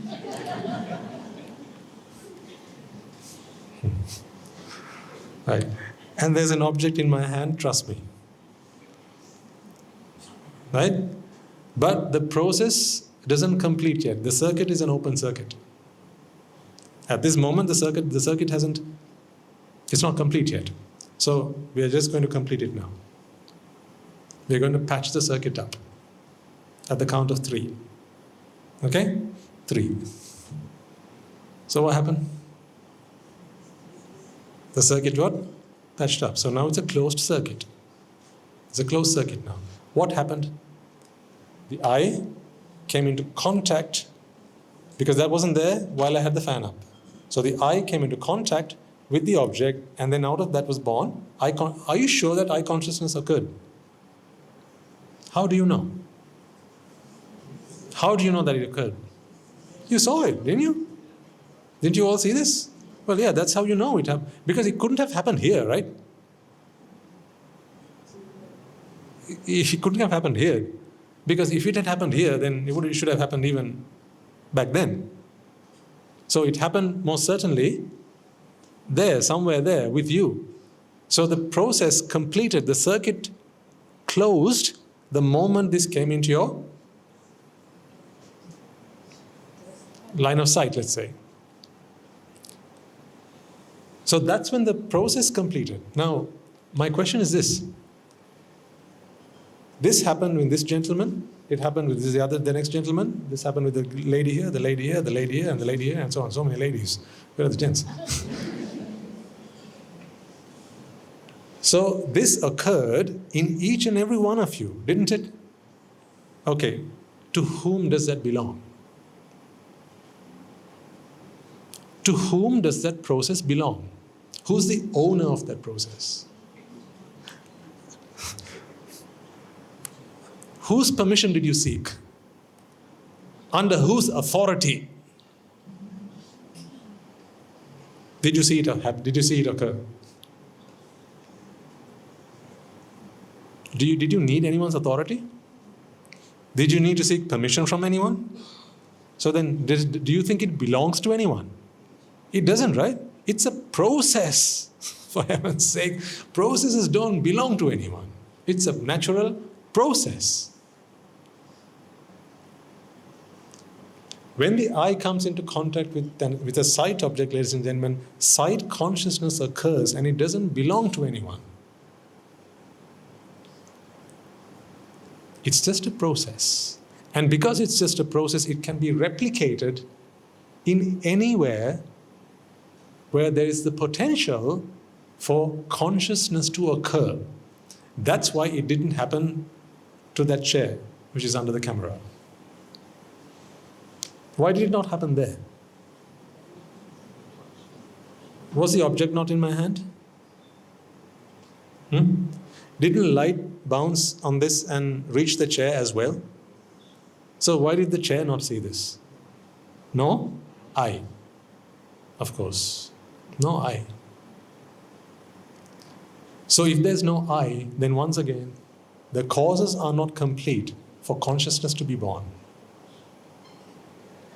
The thing is this. This is a process. If this is a process, why then do you say and think and feel that this process has an owner, that it happens to you, that it's your seeing?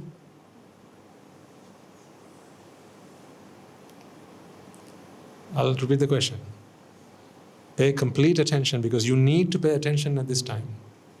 Because this is the moment you're going to understand what anicca is, and what dukkha is, and what anatta is. If you pay attention, you will.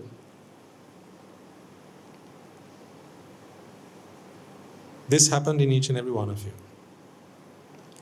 But as you saw it, as it happened within you, inside you, you felt something that I didn't intend to show you, that I didn't intend to happen within you.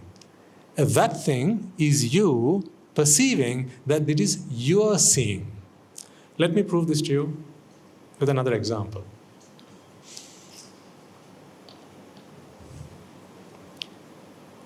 It's time for a bit of embarrassment.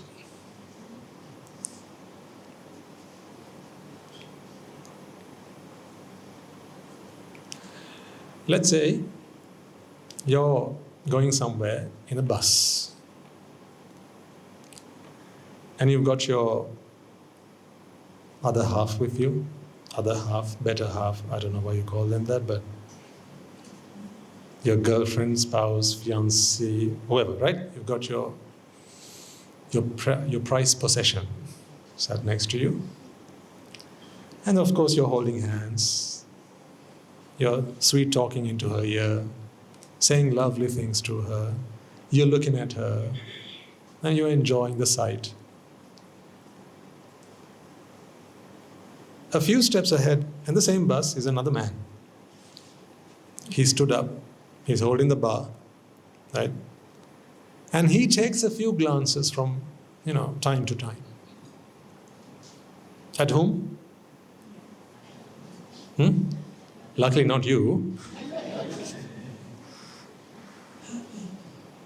But even more unfortunately, perhaps, at your girl. So he's taken a few furtive glances. I'm trying to prove to you the fact that it is not just seeing that's occurring here. You can't help yourself from thinking that it is my seeing. You give this seeing an owner.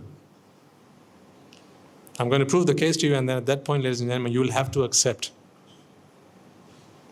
Right? So, I'm presenting the facts to you. All right? So, let's once again. You're sat down. By the window is your girlfriend, your wife, either or. And then there's a man who stood a few steps ahead of you. And from time to time, he steals a few glances at your arm candy.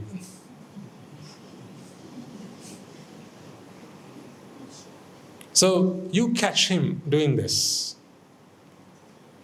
So the first time you just suspect that he might have just inadvertently, might have just.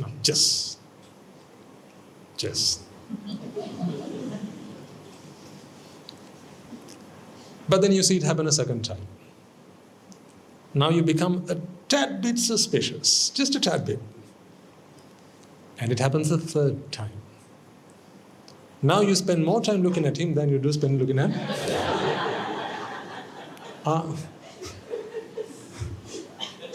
anyone prepared to deny? Please be my guest. I know, you know.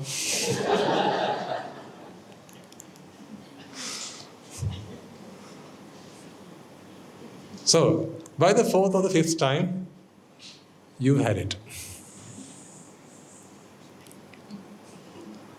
Now it's really starting to get on your nerves.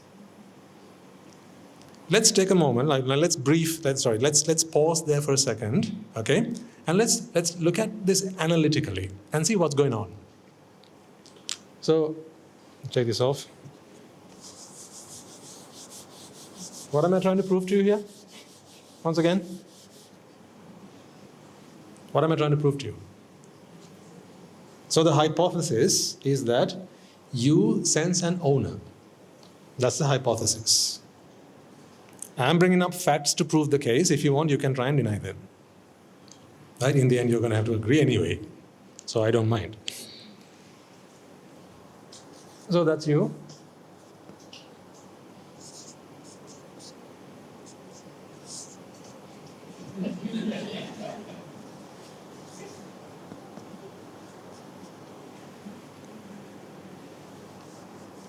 And here's the other guy.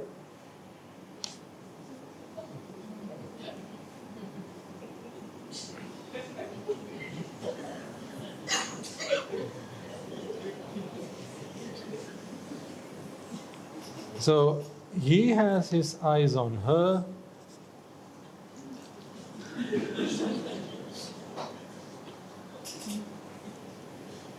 And you have your eyes on him.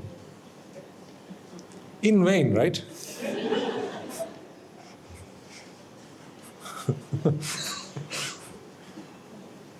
Poor her.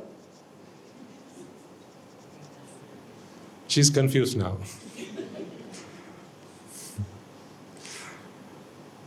So, she's the one who comes to the Sunday sermons.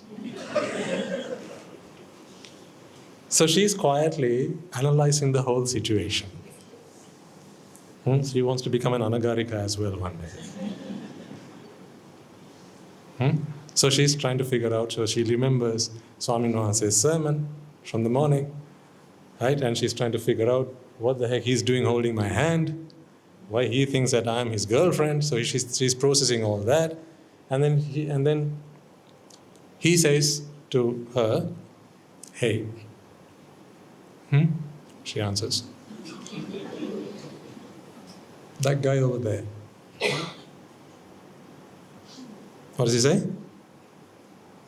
That bloke, not guy. That bloke over there. She says, which one? That one. I don't like him. He's really getting on my nerves. So she's confused. She doesn't know why. She's like, why? What has he ever done to you?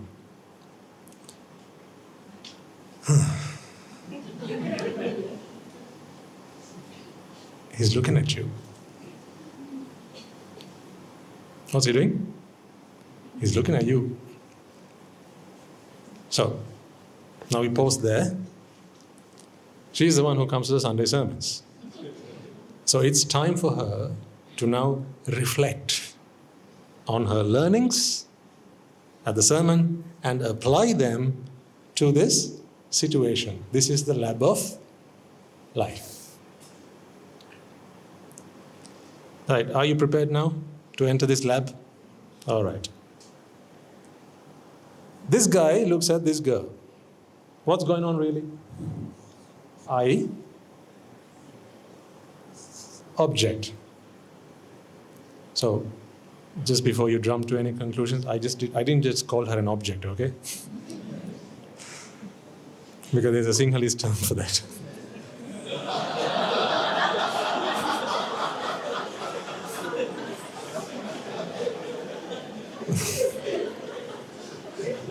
That is not what I meant.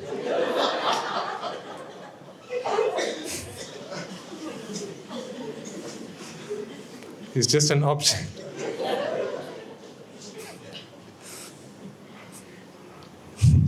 Can't do this with you lot. Okay, so I and you save save me. Object. Right. But these are only two of the causes. What's the third cause? What's it? Contact. Okay. So when I and object comes into contact, what's born? What's born? Sight, consciousness. I'll draw it closer to the subject. So let's draw it here. What is this? Sight consciousness. Born out of which causes? I come into contact with object. Chakkuncha, paticca, rupecha, uppajjati, chakku viññāna. Okay? All okay so far? Excellent. What's happening here?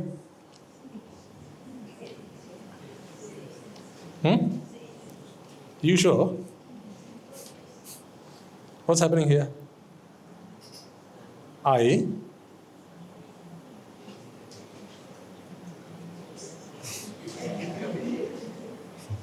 now you're saying yes, most certainly, sir. I, object, contact, and what do you get? Sight consciousness. Okay. Now listen carefully and answer intently. Actually, you can answer in your own mind. So these are rhetorical questions, but I want you to come up with your own answers because that is active learning. So I want you to be active learners while you're here. If we were to ignore the fact for a second that their vantage points are different, let's ignore that for a second. Meaning their perspectives are different because this person stood a few feet away from this lady and he stood up, she sat down, whereas this guy sat right next to her, right? So they're at the same level. If you just ignore that aspect of it, what can you say about these two things? I consciousness here and I consciousness there. Absolutely. They are identical. In fact, you could put one on top of the other and they would overlap perfectly. Make sense? Okay.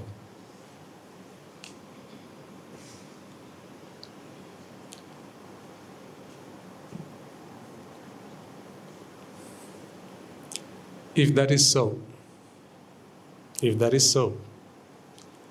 what's happening with him when he looks at her is exactly what's happening with him when he looks at her. Yes? Okay, nothing else, nothing different. Okay. Why then does he have an issue? Why then does he have an issue with this happening there? Does he have any issue with him looking at her and eye consciousness being born with him? Any issue at all? No, I mean, that's what he lives for. That's what he wants.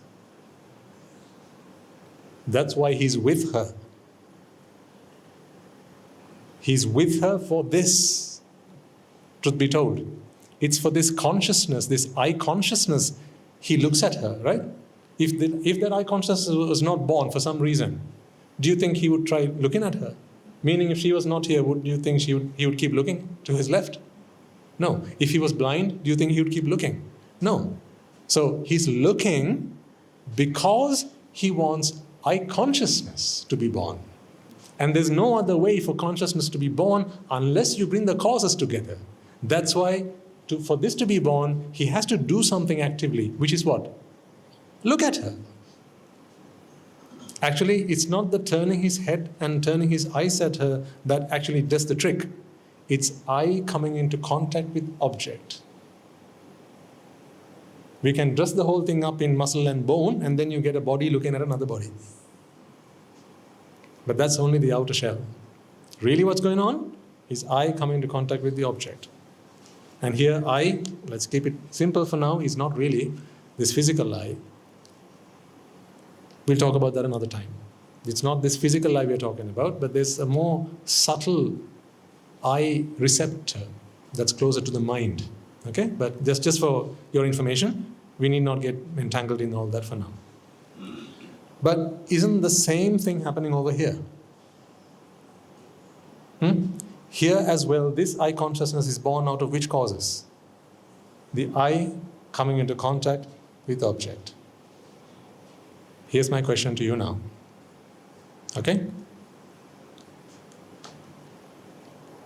Just to help you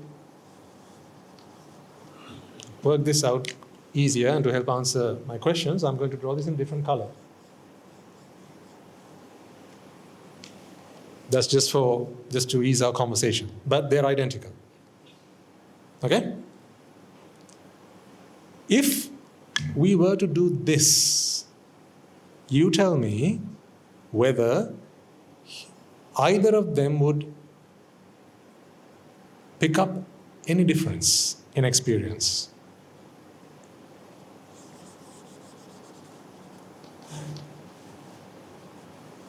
You know what I'm going to do now, right?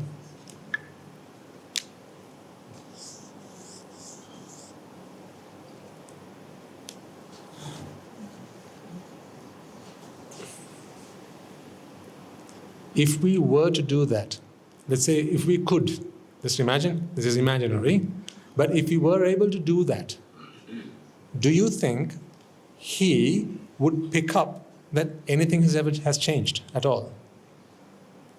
Do you think he would pick up that anything's changed at all? Why not? You can't just nod your heads, you have to have reasons for that. Why not? Because they're identical. Absolutely. Because they're identical. This was born out of the same causes. That was born out of the same causes.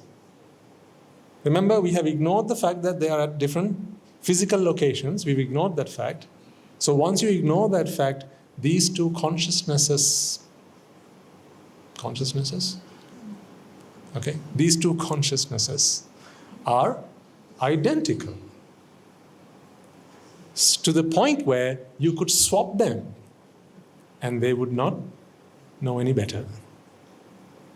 But we have a problem though, don't we? Here's the problem. This chap, he's okay with this. This chap is okay with this happening. Here's what he's not okay with.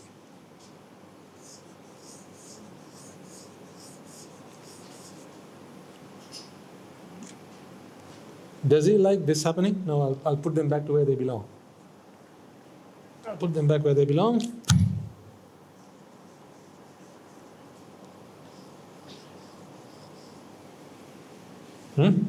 Now tell me, he likes which of these two happening? Or does he like them both happening? No. What does he like happening? The blue one. What does he really doesn't like happening? The red one. If they're identical, if they're the same thing, so much so that you could, for each one of these, let's say you could run them alternatively, like an alternating current. One of these and one of these, one of these and one of these, one of these and one of these. Imagine it was like that actually. So we are drawing his series of chittas, right? So it looks like this. Do you get my point? So now I've just depicted the series of chittas that run in his mind as he keeps looking at his girl. One of these and one of these, one of these and one of these. They're all identical, remember, although I have drawn them in red and blue. They're all identical. Would he think that someone else was looking at her? Would he? No, because all consciousness is identical. Because the causes are the same, so the effect is the same. Then I have a question to ask you. Why then does he take issue with these red ones? Why is it okay for him to have the blue ones? He's perfectly fine with the blue ones. In fact, he wants as many of the blue ones as possible until he gets fed up of her. Until then, as many of the blue ones as possible. But red ones? No. See?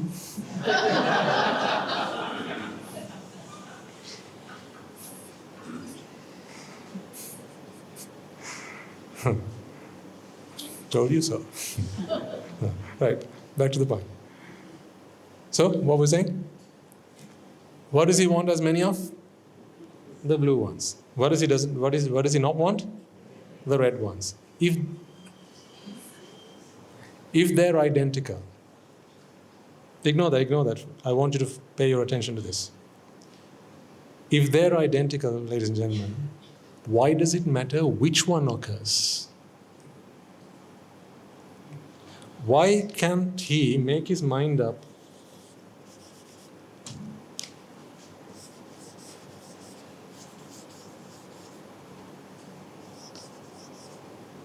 with that?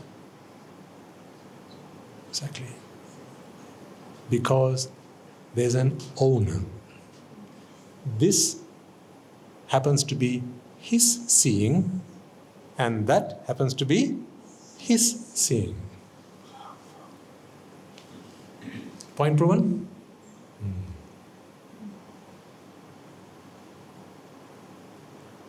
But when there's a process, how can there be an owner? If I comes into contact with object and I consciousness is born out of that, where was room there for an owner to come in place and say, hey, that's my consciousness. That's my I. That's my object. That's my consciousness. Where did all that come from? But don't you put yourself in this situation.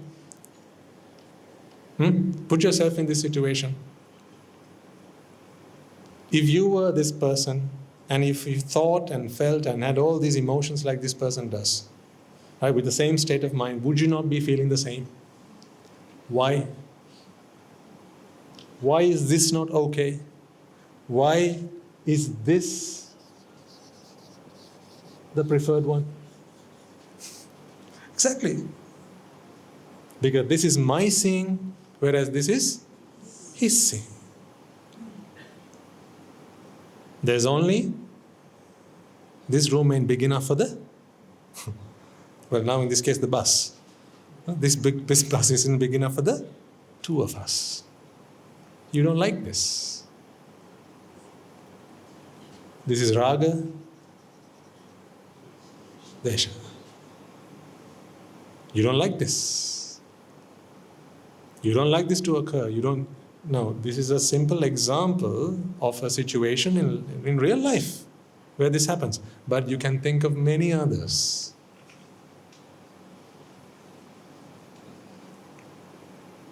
But I want you to, for the purpose of understanding, let's focus on this example. I'll give you the answer. You might already have the answer if you've been listening to the sermons carefully and with attention. But even if you haven't heard the sermons before, I want you to walk away with the answer today. This is raga. Raga meaning desire. This is what you desire. This is dvesha, aversion. This is what you don't like. You are against this, so much so that you will do things to prevent this, to avoid this from happening. That's why now you are looking at him, giving him the evil eye. That's what's going on there.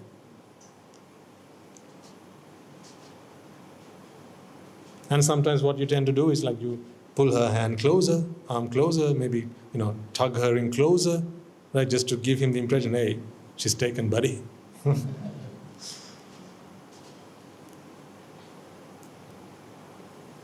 This is forbidden territory. But all the while, this poor fellow, his heart is now on fire.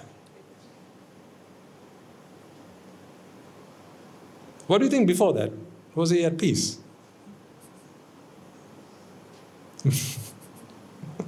Think and answer carefully. Before he spotted this guy looking at his girl, do you think he was at peace? Now you know the answer is no again. Why not? Because what did he want? He wanted this. He wanted this. He actually wanted this. It wasn't a case of simply, if it happens, let it be. If it doesn't, so be it. That was not how he was. He wanted this. And that's why he keeps looking at her. Keeps saying soft, lovely, sweet things to her. That's why he made her sit next to her, next to him. Because he wanted this consciousness.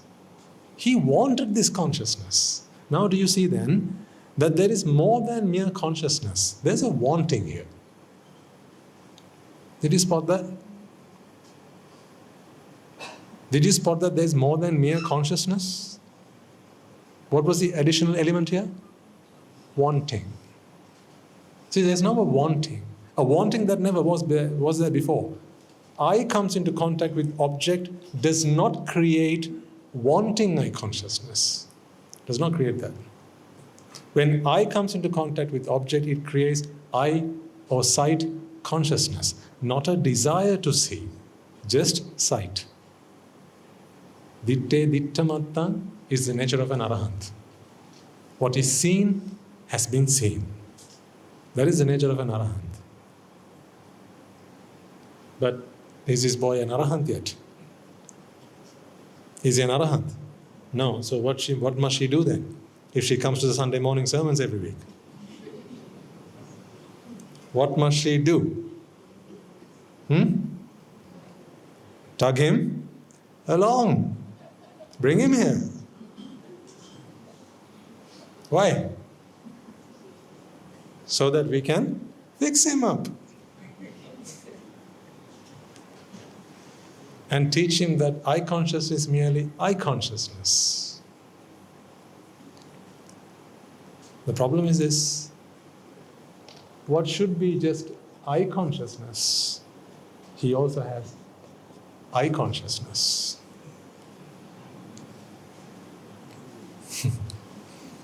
That's just a play on words. In addition to the eye consciousness, there's also the eye consciousness. What is that? Ego. The sense of self. See now, don't you see there's an owner here? There's an owner here now, right? So the question is, who's that owner? Because if there's an owner, then the owner has to be identified. Who is that owner? The owner is I. I am the owner. I equals ego, equals sense of self, equals jati. Equals dukkha.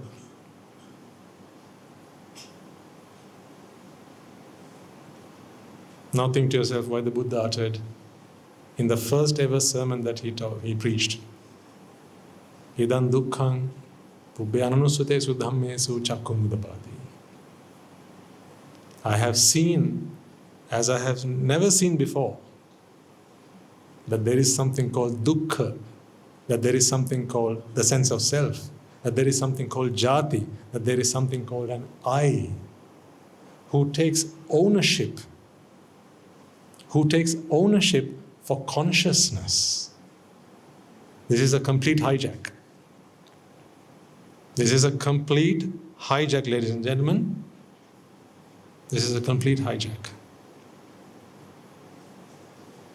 This is terrorism. Don't you think so? Tell me what state of mind is he in right now. I propose that this is terrorism. You tell me what state of mind is he in right now as he looks at that boy. What's it called? Terror. He's in a state of terror. Because his prized possession is about to be taken from him. Abducted. Someone's looking at her when he should not be. He does not like this consciousness. He only likes this consciousness. But the funny thing is, they're both identical. So much so that you could swap one with the other and neither of them would know any difference.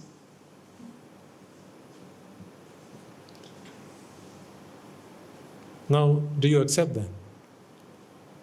That aside and in addition to consciousness, there is also an owner that creeps in. Who is that owner? Who is his owner? Who's his owner? I, ego. That is ego. So right now you're thinking, poor boy. You feel sympathy for him, don't you?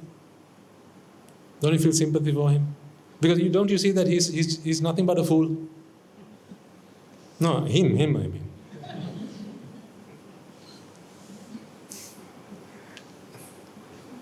Don't predict what Swaminatha is going to say next. Just answer the question that has been put to you right now. Don't you think that he's nothing but a fool? Why do you say so? Let's make sure that we have a clear argument, a solid argument, before we go to the next question. Don't you think that he's nothing but a fool? Why? Why do you say that? When there are two identical sets of consciousness, and those consciousnesses could be swapped with each other, and neither of them would know any difference, right? For him to think that this is my consciousness and that is his consciousness, don't you think that he's a fool? Right, what about this guy? What about this guy? Let's assume that actually he's looking at her because he also has feelings for this girl. He thinks that she's pretty, and he's probably thinking, if only I'd met you before you met him. So he's probably thinking all that. Now, can't we apply the same principles there? How does seeing her happen? Eye comes into contact with object. Isn't that already occurring here? So why is he bothering? Did you understand the question? I'll repeat. How does one see this object? When the eye comes into contact with object, eye consciousness or sight consciousness is born. Right? Isn't that already happening when he keeps looking at her? Isn't that already happening here? So why does he bother? It's already happening. This object is already being seen. So what does he have to do now? Why doesn't he just mind his own business? Because what does he want? What does he want? He wants to see. In other words, it can't be just about any consciousness that is involved with seeing her. It has to be his consciousness. So again, we have found an owner. So his consciousness also has an owner. His consciousness also has an owner. Poor her. So, then tell me, who must she bring to the sermon next week? Thank you.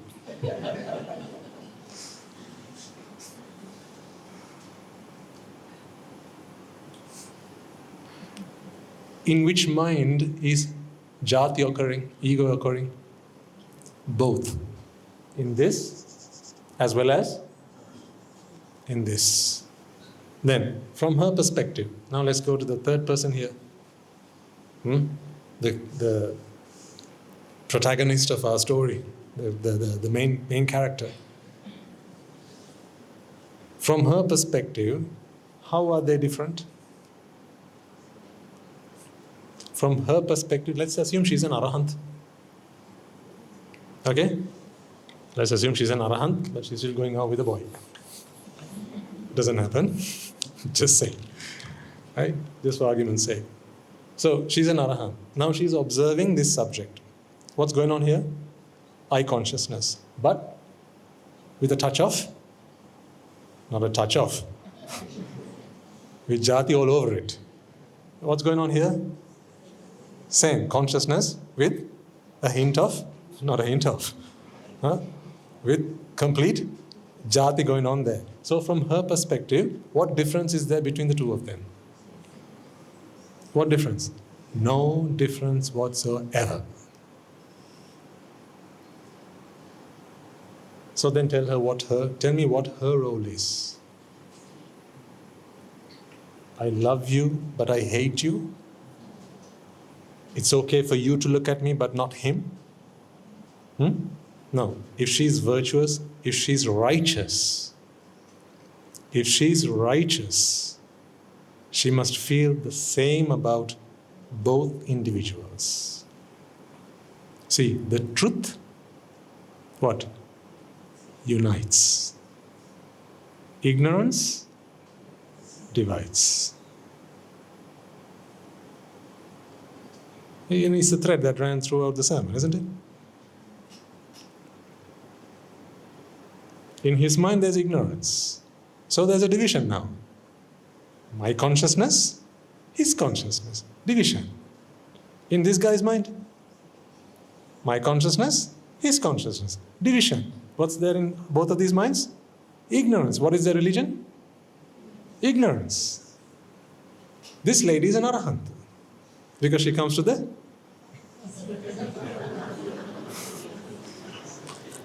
no wait, because she has continuously been coming to the Rajagiriya Gateway College sermons. She's a dharmishta Rajagiriya. What are they? Adharmishta?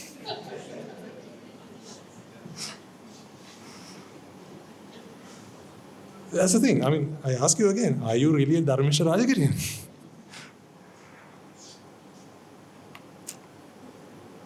Do you qualify to bear this title, this honorable title, that you are a righteous Rajagirian? You're not just about any Rajagirian, you are a righteous Rajagirian, no, at least so you say.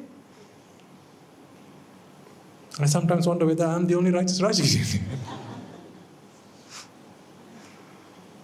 I hope not. I hope not. I hope you all are.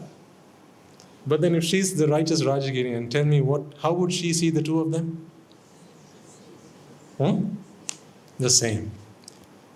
Would she have animosity against one or the other? No. It would simply be, actually it would be empathy. Why empathy and not necessarily not just sympathy? Because she knows what that feels like.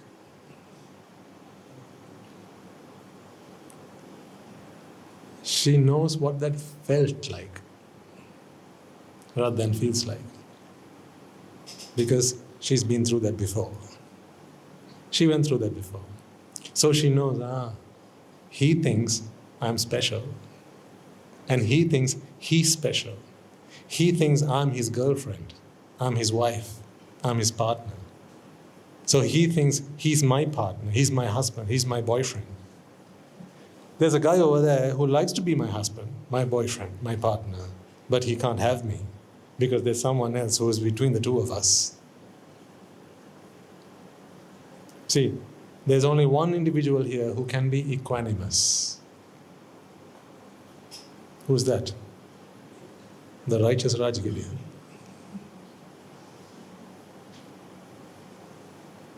Which one of these three are you?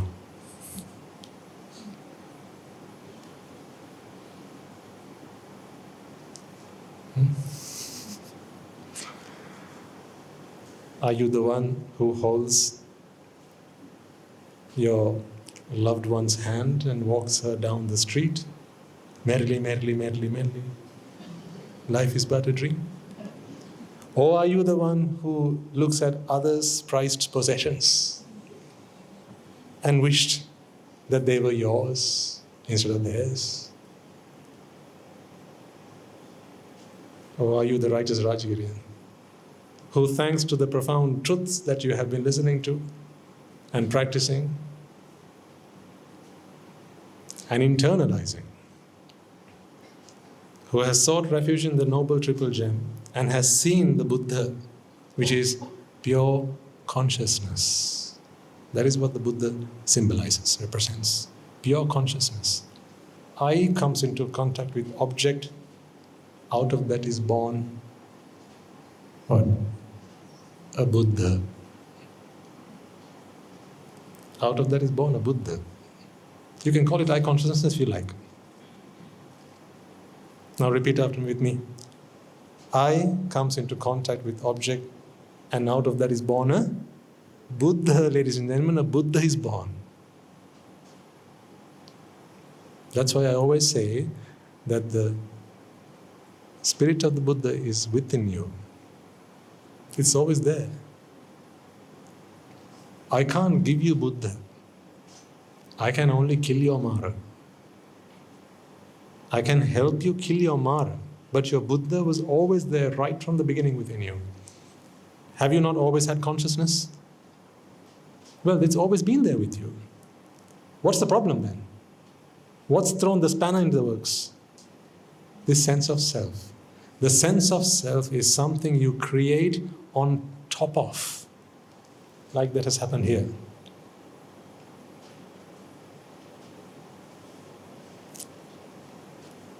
It's when this consciousness occurs on a mind that's laden with ignorance, a mind that wishes to own, to identify, then it cannot stop at mere consciousness. The I who sees also has to be born. That's why I consciousness goes on to become what consciousness? I consciousness. Make sense? All you're supposed to have is I consciousness. But what you end up having is I consciousness. That's why you say it is I who's seeing.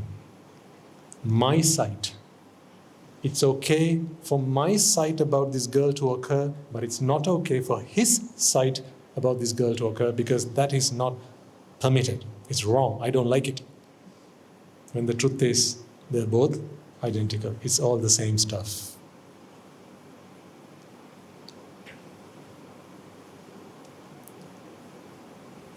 Does that make sense? I hope that made a lot of sense to all of you. See, this is what's going on with you right now.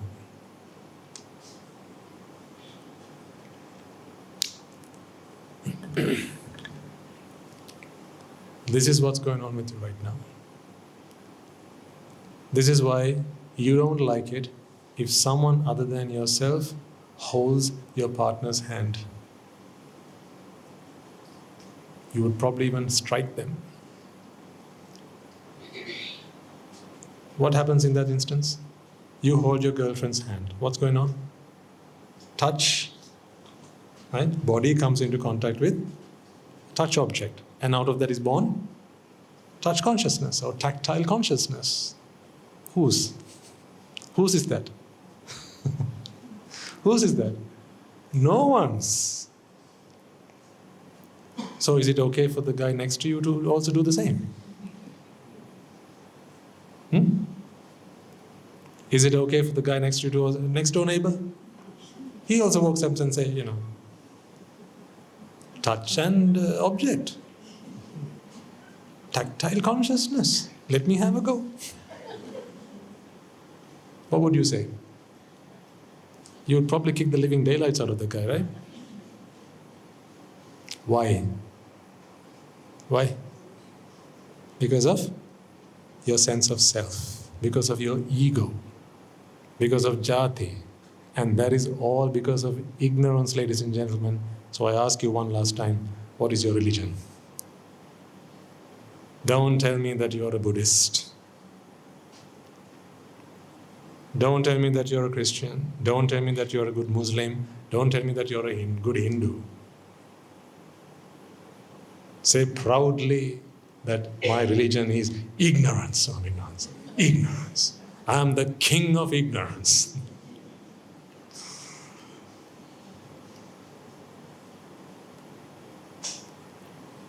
Where's your humanness? Isn't he human? Isn't he also human? Well then, why does it matter which human looks at her, looks at this human? Answer. Why does it matter which human looks at this human if they're both humans? Why does this human have a problem with this human looking at this human? Because this human is not a human, this is inhuman. He's not human. He's not human. He is not human. His religion is ignorance. He's neither a Buddhist, nor a Christian, nor a Catholic, nor a Muslim, nor a Hindu. He's none of them. He has a religion of his own. That is what it is. He's been stung by the Satan. He has taken a bite out of the apple that was plucked from the forbidden tree. He has been hijacked by ignorance and attachment. I speak of none other than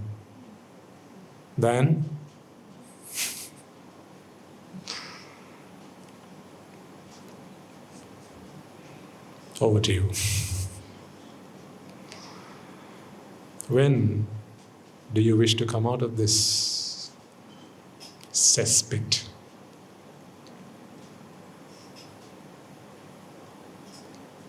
Terrorism. As he looks at him, looking at her, there's terror going on in this bus. There's a terrorist in the bus. Yes or no? There's a terrorist in the bus. Who's the terrorist? Ignorance is the terrorist. See, it creates all sorts of terror, fear. Now, if he ever catches her looking at him, just imagine that. So he's rest assured that it's only that guy that I have to watch out for. She's all right. Then just imagine as she looks to talk to him, right? Once in a while, hey, did you just look at him? No, there's no need for that. I just said that the guy's over there. He's looking at you. It doesn't mean you have to look at him. You don't have to check him out. No, I wasn't. I was just making sure that he wasn't looking at me. So then you say, no, it's all right. I will do that for you. You don't have to do that. Let me do that. I'm your caretaker. Let me have that. And then again, you see her looking at him.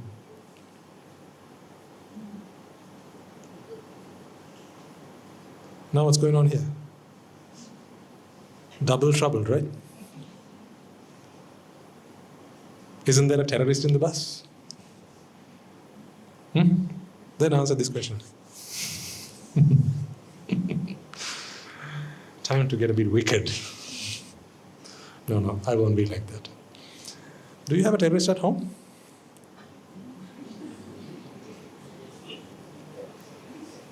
Do you have a terrorist at home?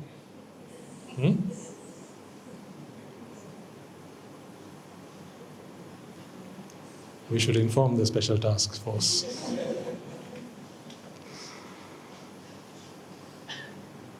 We should inform the STF, the Sangha Task Force.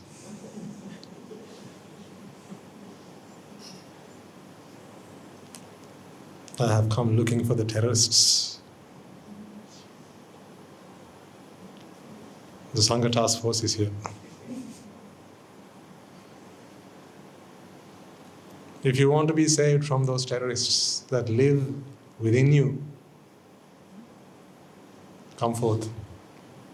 Come forth.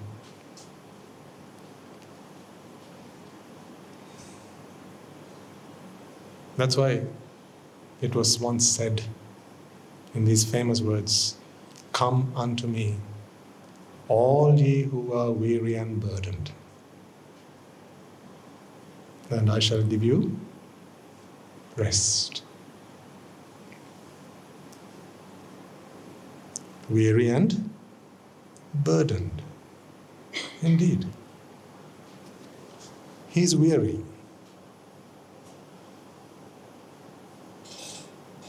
He's burdened. Or if you want to think it the other way around, he's weary, he's burdened.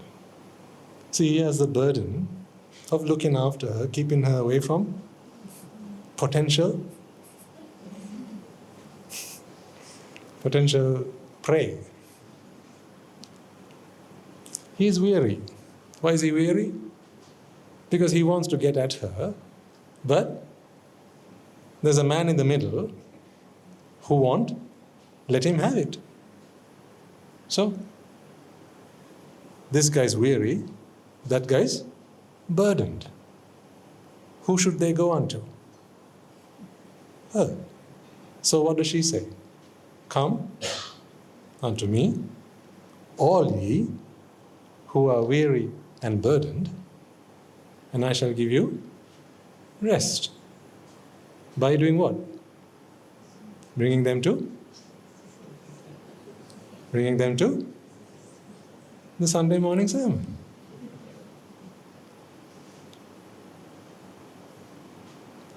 What if she also didn't come to the Sunday morning sermons? What if she also didn't come to the Sunday morning sermons? Then here's what she would say. Come unto me, all ye who are weary and burdened, and I will give you the rest.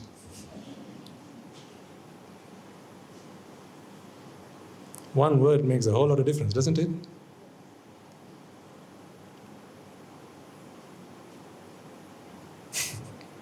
That's what she would say then.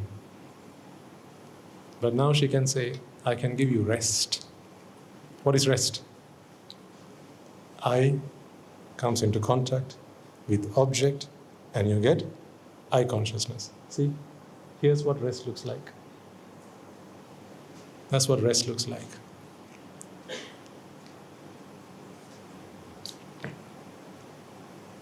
Tanhai jayati soko. See, soko, shoka. Tanhai jayati bhayam. Lives in fear. Tanha vipamuttas. To eradicate tanha, to eradicate attachment. Natti soko kuto bhayam. The truth always unites. A lie always divides. May you all be united by the truth. That is my wish and prayer for you. May the truths uttered by every great man or woman who roam the surface of this great planet that we share with one and all, may the essence of their teachings, may you see the truth in the words that they uttered and not be confounded by all the gimmicks, by all this, the facade of religion that it has been dressed up in. Because that would be a real pity. So I want you all to identify yourselves as good humans. It is not more Muslims we need in this world. It is not more Christians we need in this world.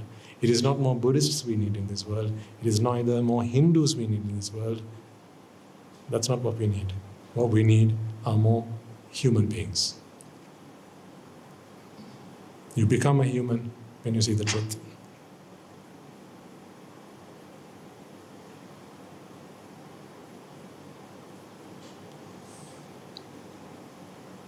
May you all see the truth. Right. So we concluded there. As it happens, there was a question. How do we apply anicca, dukkha and anatta to our day-to-day lives to attain Nibbana? Got it? I love the next line. We are in the process of changing our lay attitudes to achieve salvation. So then you must be a Dharmishta Rajagiriya. Right. Let's all take a moment then to transfer the merits that we have all acquired by making offerings to the infinite virtues of the Noble Triple Gem, inviting the Swami Maharaj to deliver the sermon today, as well as creating a conducive environment for all to come along and practice the path. Let us transfer all these merits to the bhikkhus and bhikkhunis, upasakas and upasikas who have since time immemorial protected and preserved the sublime teachings of the Buddha and passed it down through the generations of the noble lineage in the form of the Tripitaka, which is thankfully available to us today to study, understand and comprehend the Dhamma. Let us take a moment to transfer these merits to all of the monks and nuns resident throughout the world, including your local temples and nunneries, as well as the Mahanayakas and the Anunayakas, all the chapters who have committed and dedicated their lives to practice the noble path and help others along the way.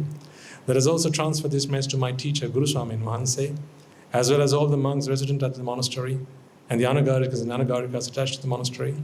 Let us take a moment to transfer this message to those who make great efforts to disseminate the teachings of the Buddha, be that by transliterating these talks, sharing them out with others, or inviting others to join them. May they all rejoice in these merits, and by the power of these merits, may they be healed of any physical and mental ailments and overcoming obstacles to their spiritual progress. May they abstain from the unmeritorious deeds, fulfill the meritorious deeds, fulfill the noble eightfold path, and may they all attain the supreme bliss of Nibbana. Sadhu, sadhu, sadhu. Let us also take a moment to transfer this message to friends of our monastery, our devotees who, for the sake of merits to help them attain the supreme bliss of Nibbana, continue to sustain the Mahasangha. This includes all of you who provide the Mahasangha with shelter, alms, robes, and medicines, as well as those who pass on their know-how and continue to extend their well wishes. May they all rejoice in these merits. Let us also transfer these merits to our mothers and fathers, brothers and sisters, sons and daughters, grandparents, uncles, aunts, cousins, nephews, and nieces, our friends, our acquaintances, our employers and our employees, and our teachers, as well as anyone, everyone who has helped us, supported us, and assisted us in any way, shape, or form possible and available to them. May they all rejoice in these merits, and by the power of these merits, may they also be freed of any physical and mental ailments and overcome any obstacles to their spiritual progress. May they abstain from the unmeritorious deeds, fulfill the meritorious deeds, fulfill the noble eightfold path, and may they all attain the supreme bliss of Nibbana. Sadhu, sadhu, sadhu. Let us also take a moment to transfer these merits to the Devas and Brahmas, spirits and demons, primarily the Sakadeva, as well as all the numerous gods and deities who have committed themselves to fulfill and preserve the Sambuddha Sasana. Let us transfer this message to our guardian deities who keep a watchful eye over us and keep us out of harm's way. May they prosper in divine power and wisdom. May they abstain from the unmeritorious deeds, fulfill the meritorious deeds, fulfill the noble eightfold path, and may they all attain the supreme bliss of Nibbana. Sadhu, sadhu, sadhu. Let us also take a moment to transfer these merits to our forefathers, our ancestors, those who passed away in our name, reminding ourselves that it is in their blood, sweat, and tears today we are able to enjoy the comforts of life as we do and practice the path in peace and harmony. Let us also transfer this message to members of the armed forces as well as the police force who sacrificed their lives to protect the peace and harmony of our nation, as well as those who lost their lives in the wars, be they friend or foe, as well as those who lost their lives in natural calamities and disasters such as the tsunamis and earthquakes, landslides, fires, floods, pandemics, and so on, reminding ourselves that in this infinitely long journey of samsara, they will all have been mothers and fathers to us, friends to us, acquaintances to us. And so with an abundance of loving kindness and compassion towards all of them, let us transfer all of the merits that we have acquired throughout the day. May by the power of these merits, if any of them have been born in the woeful planes, they redeem themselves and be born in the blissful plane. May these merits help them abstain from the unmeritorious deeds, fulfill the meritorious deeds, fulfill the noble eightfold path, and may they all attain the supreme bliss of Nibbana. Sadhu, sadhu, sadhu. And finally, may by the power and blessings of all the merits we have acquired throughout the day, we be able to witness the advent of many hundreds of thousands of arahants on this blessed land. And finally, may you and I and everyone who's helped make this program a success become an enlightened being in the era of this Sambuddha Sasana itself. Sadhu, sadhu, sadhu. May the blessings of the Noble Triple Gem be with you all. The members of the Mahasangha will now transfer their blessings to you.